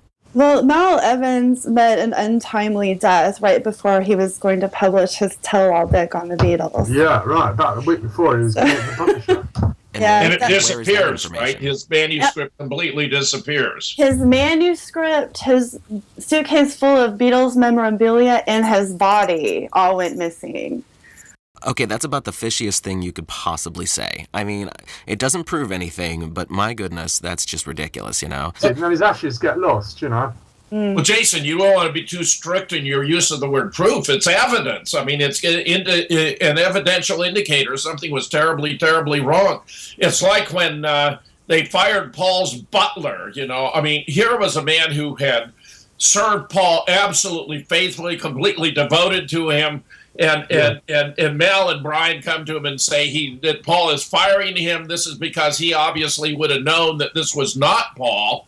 And do we know whatever became of him? Did he? I'm suspicious he didn't live a long life after that. But no, I don't. But this is the one page of Big Mal Evans' manuscript that seems to have surfaced, and we're going to thank Claire Cohen and the various different bits of the Winged Beetle and Rotten Apple show bits of this page, okay? And she's carefully put them together to get a reasonably coherent script. And it's a brilliant page of Mal Evans. It starts off with Mal Evans being told by Epstein he's got to tell the butler to bugger off. And he's very upset by this. He has to go into Cavendish Avenue, tell the new butler to go right away, pack his stuff up, go away. Can't really tell him why. And he goes right before Faul comes back, so he doesn't see the new Faul, the butler, okay? And then they have a meet-up with all the old Beatles and one or two sort of girlfriends, and there's an amazing meet-up when they see the new Faul. And John Lennon is absolutely amazed and gobsmacked, and because Lennon had agreed to let this new guy come in, but believed that he could never appear in public. He said we could be able to do a few more Paul songs with this new guy, but he'll never be credible for the public. And he started to think, when he saw him that November day, I think it was 20th November, that okay, just maybe he might be credible for a public performance. And and Lennon shows him his composition of Strawberry Fields Forever, and I think they play it. They play it, and he shows them how playing it backwards gives some meaning. And Mal Evans is deeply impressed by this backward masking technique. And at the end, they all get stoned, smoke a joint, and get stoned together. And so it gives you the impression. This is the one bit of text we have about the kind of mood they're in when they're composing this Sgt. Pepper. It's an amazing bit of background to the idea of composing the Sgt. Pepper and the idea of it, which was, of course, Faul's. Faul allegedly had the idea when he was coming back from Africa of the Sgt. Pepper concept. And so we get that bit from the Mal Evans manuscript. Jason, let me just throw in a few observations as we're tending toward the end, which include the following. The Rolling Stones, for example, have the 100 greatest Beatles songs. I think it's interesting to scroll through them and determine how many happened before and after the replacement of Paul by Faul. I mean, for example, the greatest song by many measures is Day in the Life. And of course, that was recorded in 1967, and we're talking about a Faul contribution here. But I also think it's very, very interesting that Faul would deserve to get recognition for his own contributions. There's a quote attributed to his father, which may or may not be apocryphal, saying he hopes that his son receives the recognition that he deserves. Well, I think this guy is so creative, gave up his own life, had to bear the burden of impersonating another person permanently. I mean, he couldn't vary from it. The Billy Shears memoirs, to which Nick has alluded, seem to me utterly rich and fascinating about what's going on here, playing this double life. I just think this is a fascinating aspect of it. And that at some point, I think it would be a tremendous relief to Faul to have the whole story told in a way that the public would understand. Yeah, I think he would love to hear the story come out before he dies. But on the other hand, he's under legal constraints that he might sort of lose his fortune and everything if it did come out. Well, if his name's all over those songs, he's getting publishing rights from it. I mean, Lennon-McCartney, all those songs, if that's who he is legally, as far as his corporate identity is concerned, he's Paul McCartney, I'd say he has a lot to lose. Now, as far as, having relief, I'm sure it would be very interesting. But let's not forget the fact that this person is 74, I think, somewhere around there. If indeed this is a different person than who was in the Beatles in the early era, he's been this person since the 1960s. Like, that's who he has been all these decades. Well, that's what he claimed. He says, I've been Paul McCartney far longer than the other guy. Right. So he says, I could probably pass a lie detector, any lie detector test claiming to be Paul McCartney. He feels he more really is Paul McCartney than the other guy, you know. And just harking back to what Tina said about numerology, that book, Memoirs of Billy Shears, came out on 9909, right? That's when it was published. And it's got 666 pages in 66 chapters. So there's a quite heavy numerology pattern put into it. And that's also when they released the remastered Beatles collection as well. Exactly, yeah. So on different sides of the Atlantic, you've got the remastered Beatles collection issued in London, and then this book, Memoirs of Billy Shears, coming out in America synchronously with that. You know, that's quite a heavy concept. Mm-hmm. Now, since we are getting towards the end here, what I would really like to tackle at the end is the forensic evidence that was done by the Italian team, because obviously that's a very recent thing. I mean, a lot of this was very circumstantial for years and years and years, and you have these people who are professionals saying, we're going to put an end to this, and then they end up saying, wait, we were wrong. We were trying to say this guy is Paul McCartney, and we don't think he is. So, yeah, well, the wide Italia, you can't really get that anymore. That's why Jim did a great service in putting an English translation of their stuff in his book. Let's just point out that the date when it happened is quite important, and it was in 2009, 15th of July. They did it, and that same evening, Paul did a New York Rooftop concert, okay? Then 2 days later, on the 17th, he appears on the David Letterman show, which is brilliant. Everybody should watch it. And there's this thing of being a double. Is he a double? And it's very humorous. You notice Nick Letterman asked him, "Who is the fake?" And he says, "I am." He says, "This is it." Points to himself. He says, "Well, this is it." Points to himself. And they're both stunned into silence by what he's just said. But it's supposed to be a brilliant witticism, but he's actually speaking the truth. Yeah. So anyway, Letterman ends it up very well, saying, "Or is it?"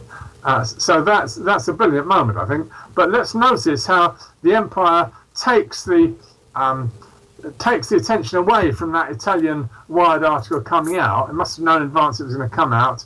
And Faul does the spontaneous rooftop concerts, which is, pretty damn good. And you had a whole lot of New Yorkers around listening to it.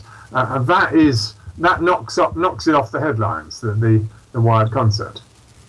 Well, the Wired report is knocked off the headlines by that concert.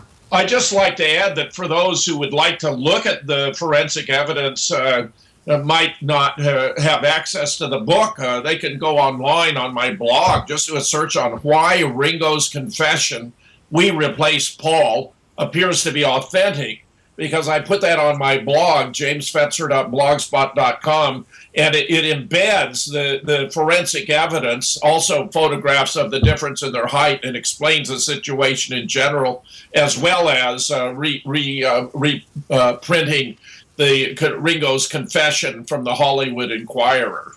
Yeah, I have Hollywood images. Inquirer doesn't really exist, does it? Surely it's just a spoof magazine that publishes spoof news.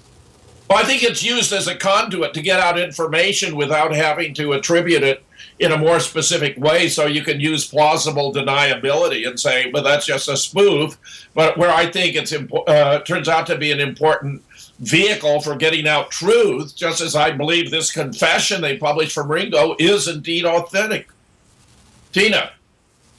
Oh, I think they publish all sorts of disinformation out there to just make it very difficult to discern what the truth is. I do think the truth is out there. I mean, they tell you Paul is replaced. They tell you Paul is dead even. And they tell you in lots of different ways. They don't say it obviously outright, but if you can read between the lines, that information is out there. But I do think that all of these, like the last testament of George Harrison, I mean, all that stuff is just ways to get disinformation out there. Yes, the core is true. Paul is dead. He was replaced. But then the circumstances that they tell you surrounding it, I take it with a grain of salt. So, which part do you take with a grain of salt? Oh, what they say, like, oh, if there's a car accident, well, maybe. Or this Rita story, I don't really believe that. I just think there's lots of stuff out there that is, based on, for example, Fred LeBour, when he wrote his article, that had a lot of impact, but he was just guessing off of the clues that were in the songs and on the album. So it's sort of like that became the blueprint for Paul is Dead. Like what happened to Paul, but that was just his research into the clues because he didn't know either. So, and for years, this whole thing would have only been hearsay from one person to the next, because obviously they weren't going on the internet back then. People were just discussing it, and it started on a radio program, didn't it? Well, it was published. Okay, well, the first reference to PID showed up in the Beatles Monthly in January of 1967.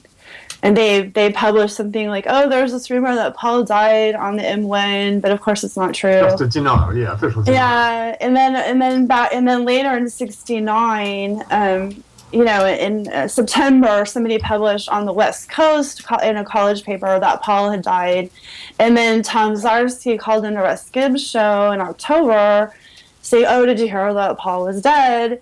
And then they talked about it, went through some clues, and then Fred LeBour heard that, and then he published his paper. And so it's sort of like, these early stories where nobody really knew what was going on, but they had a lot of influence later on. Now, obviously, the person who is Sir Paul McCartney right now is way more towards the end of his life than not.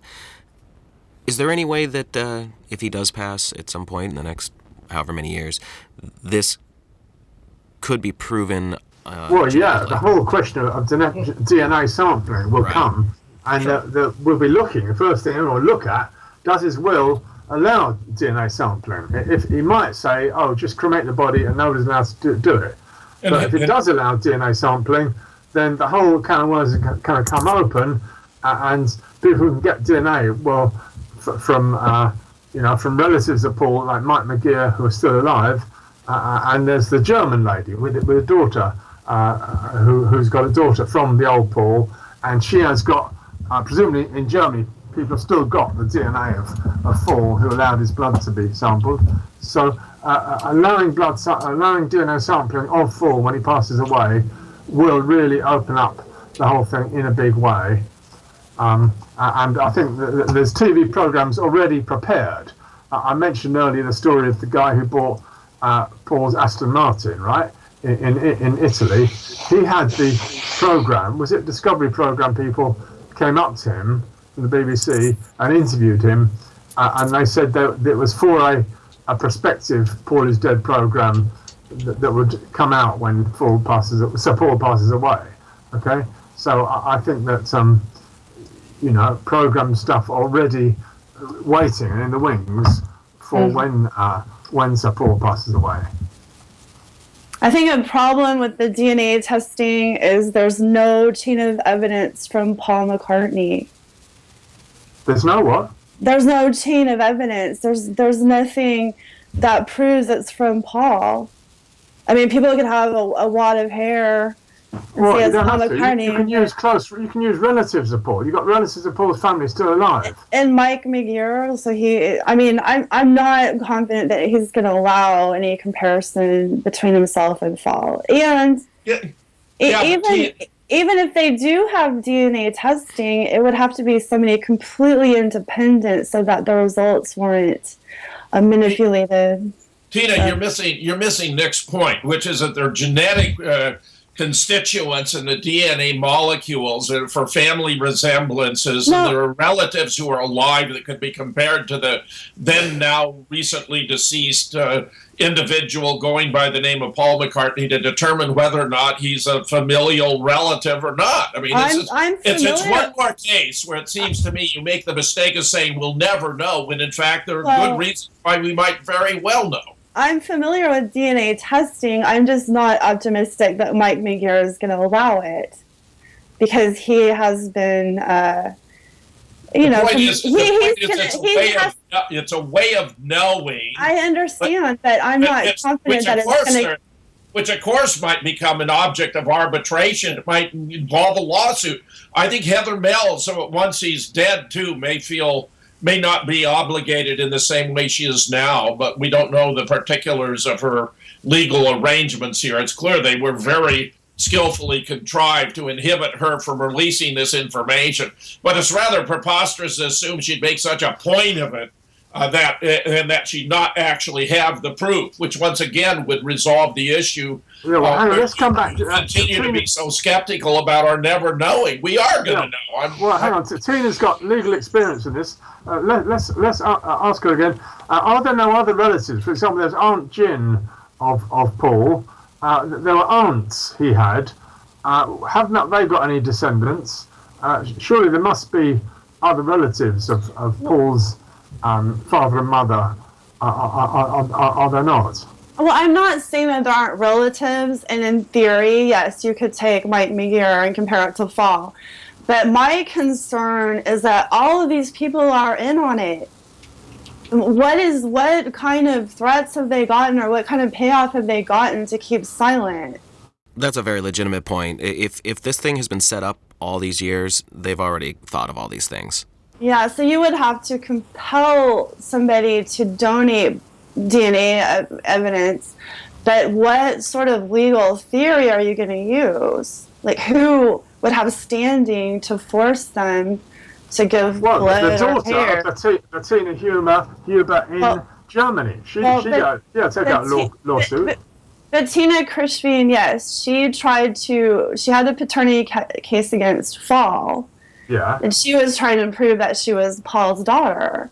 But Yeah. Faul and she are not going to have any blood relationship because Faul was not her father, but there's no Paul. So where she'd have to compare to Mike Meagher then. And she could potentially have legal standing for that if she were to try to pursue that. But, she tried to go to the German courts and reopen her paternity case based on fraud, that the person who went to the blood test or gave blood back in 1982 was not the real Paul McCartney. Well, the German courts are not going to allow that. Oh, It's like, well, that's a legitimate case of fraud, but this is such a high-level operation, in my opinion, that they're not going to ever allow. And what do you think of the whole Japanese story about fingerprints? You know, when Faul or Sappho was put in jail in Japan, and they said your fingerprints don't match the fingerprints we've got a Paul, and we got Paul from when he was in Germany. And they said, who the hell are you? You're an imposter, aren't you? Do you think that fingerprint story might still work out at all, or will that all have been thrown away years ago? Yeah, that they so they had fingerprints of John Lennon. Okay, this is a whole other subject, but the FBI confiscated this man. He was trying to sell these fingerprints because he was a collector or memorabilia or whatever. And the FBI confiscated these fingerprints of John Lennon. So, in my opinion, what happened in Japan when Faul was arrested for supposedly having, cannabis, the Japanese were comparing the fingerprints from when Paul was there. They're like, this isn't the same guy. So they hold Faul for like 10 days trying to sort out what is going on. And I think they probably talked to somebody very high level. Yeah. So just let him go. He's, and they couldn't hold him because it's such a high level operation. I'm guessing. Tina, were you referring to the John Lennon, Mark Stacer, Miles Mathis work? Potentially. This was a few years ago. It's on my blog. I'm sorry, I'm not up to date on the John Lennon stuff, but... No, that's okay. It's just there seems to be a lot of convoluted things that have gone on around these people, and it's just interesting that not only does Paul McCartney have some sort of shadowy history to him, John Lennon probably does as well. Right. So I'm just saying, like, the fingerprints, I just don't think that the powers that be are going to let... If they can help it, they're not going to let fingerprints or DNA stuff get out there. But they can't help letting pictures get out there because there's this whole catalog of pictures, and the best they can do is tamper with them or recycle images. But the stuff that's out there with Paul, it's already out there. They're trying to, flood it with a lot of images that have been tampered or fall, but it's too late. Cat's out of the bag on that one. Now, photos aside, is there any definitive evidence that the recordings, the re-releases, were sped up or in some way altered to make the current Paul sound more like the original Paul? Or vice versa? She's Leaving Home was apparently slowed down, and the original mono versions were deleted or thrown out. So that's a little suspicious. But you're the studio engineer, so you probably know about how the sound technology would be able to hide it. I mean, now they have voice morphing technology. They have voice doubles. I mean, there's all sorts of ways that you can create the illusion that it's the same Paul. Well, a very good example I could throw out there for a lot of people is the song Angie by the Rolling Stones. The way it was written, Mick Jagger couldn't hit the notes. It was too high, so they slowed it down so that it was in his range. They sang the song, sped it back up to where Keith Richards wanted it. And that is the song you've heard a billion times since the 60s.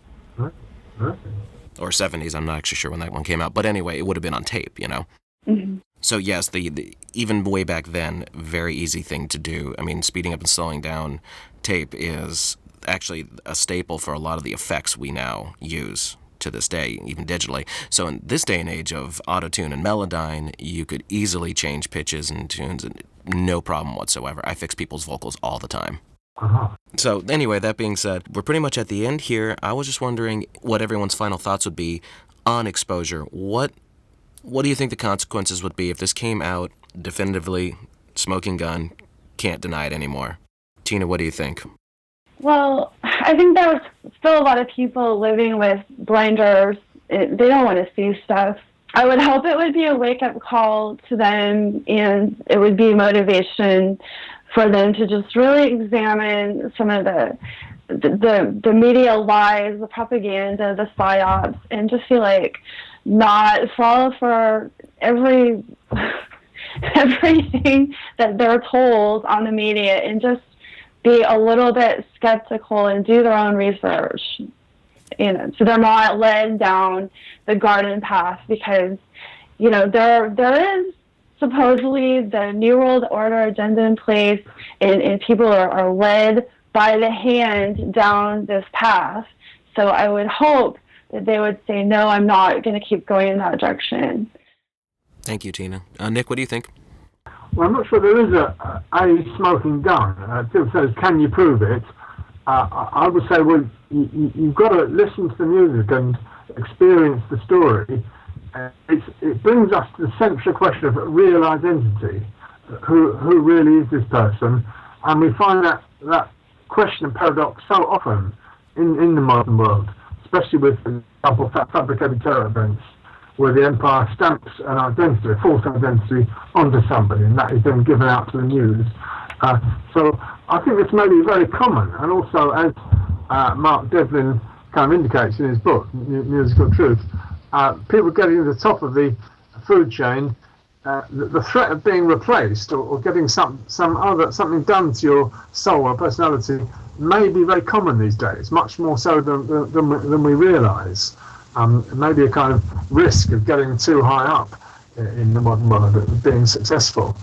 I suspect that something happens quite a lot in the modern world, but I would agree with the general content of our discussion that the replacement that happens now was, in this case, was benevolent. It led to a brilliant load of music appearing and a wonderful time in modern history for some years. However it was achieved, it was generally a story that is happy and makes people feel good. Yeah. What do you think the consequences would be in society if it came out that this person wasn't the original Paul McCartney? Well, I think it would be a very important wake-up realisation, and sort of shattering, making people realise things aren't what they appear to be, and we do get manipulated stories. So I think that would be, and also, obviously, consequence, it leads to a terrific new interest in listening to the Beatles records, but I don't think that's quite what you meant. I think the question of real identity that people would be forced to confront would be very valuable. Thank you, Nick. Jim, what are your final thoughts on this? Well, the case for two different persons has been established by the forensic evidence. There really is no doubt about it. The reason I felt this case was so important and included it in the book, and I suppose we didn't go to the moon either, is because, and I supplement the study of Paul, the 4 chapters, with 2 on the first death of Saddam Hussein and 2 on the second death of Osama bin Laden. If you can replace the most closely scrutinized figure in the world and by and large get away with it, you can replace anyone. That's exactly what happened in the case of Saddam Hussein, who actually was taken out on 7 April 2001, just 3 weeks into the invasion.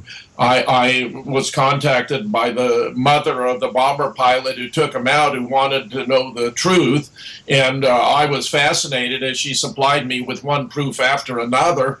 Likewise, the raid on the compound in Pakistan was political theater. Osama bin Laden had actually died in Afghanistan on 15 December 2001, where he was buried in an unmarked grave in accordance with Muslim tradition.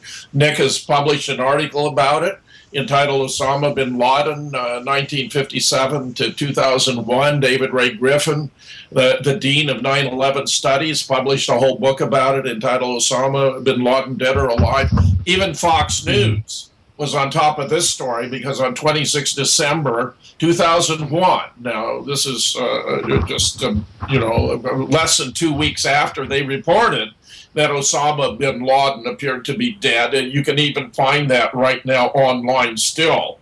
So I encourage those who want to pursue these issues further and perhaps appreciate their broader significance. If they want to track down the book, it's available both at Amazon.com and at moonrockabooks.com, where my books on Sandy Hook and the Boston bombing are also available. Jim, since we're finishing up here, why don't you go ahead and give out where everyone can find you and your work? Oh, thanks very much, Jason. I think this was terrific. Nick and Tina are two of the world's leading experts on Paul McCartney and his death, and it's just wonderful to be here with them.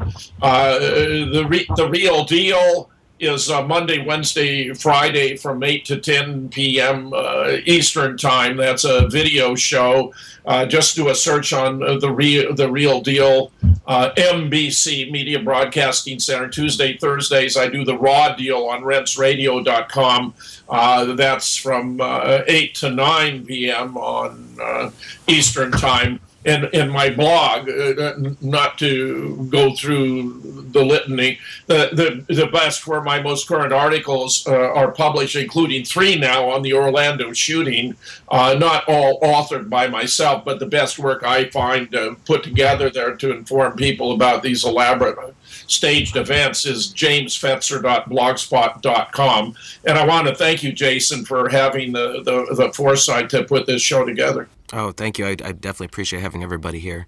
And also, Jason, in 3 days' time, it's Paul's birthday, the 18th of June. Let's encourage all listeners, just have a beer or a glass of wine with your friends, put on a Beatle record, and just mull over honouring what this guy did, the awesome achievement in just 4 and 20 years, the amazing effects he's had on our world. I agree. Nick, why don't we go ahead and give out your info? Where can people find you?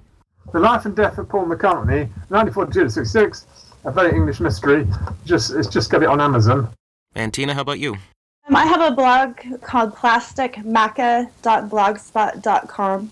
So Macca, M-A-C-C-A. And lots of pictures and information, lots of research about Paul and doubles and psyops. I recently saw your interview with SageSigma.com, and I thought that was really interesting.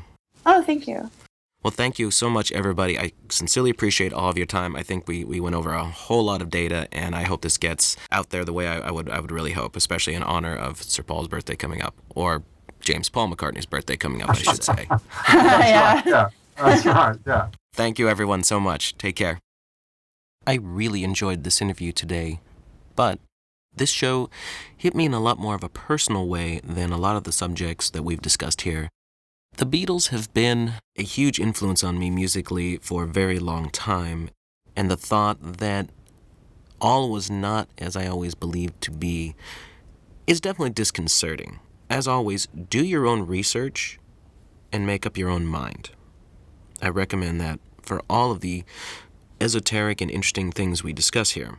And let me say, don't let any of the things we went through today take away the magic that the music of the Beatles is and how it may reflect in your own heart and soul. The Beatles will always hold a special place for me, no matter what the truth turns out to be of what was going on behind the scenes. Thank you for listening, and we'll see you soon. Manifest. Yes, I'm me. My angel. The universe will speak.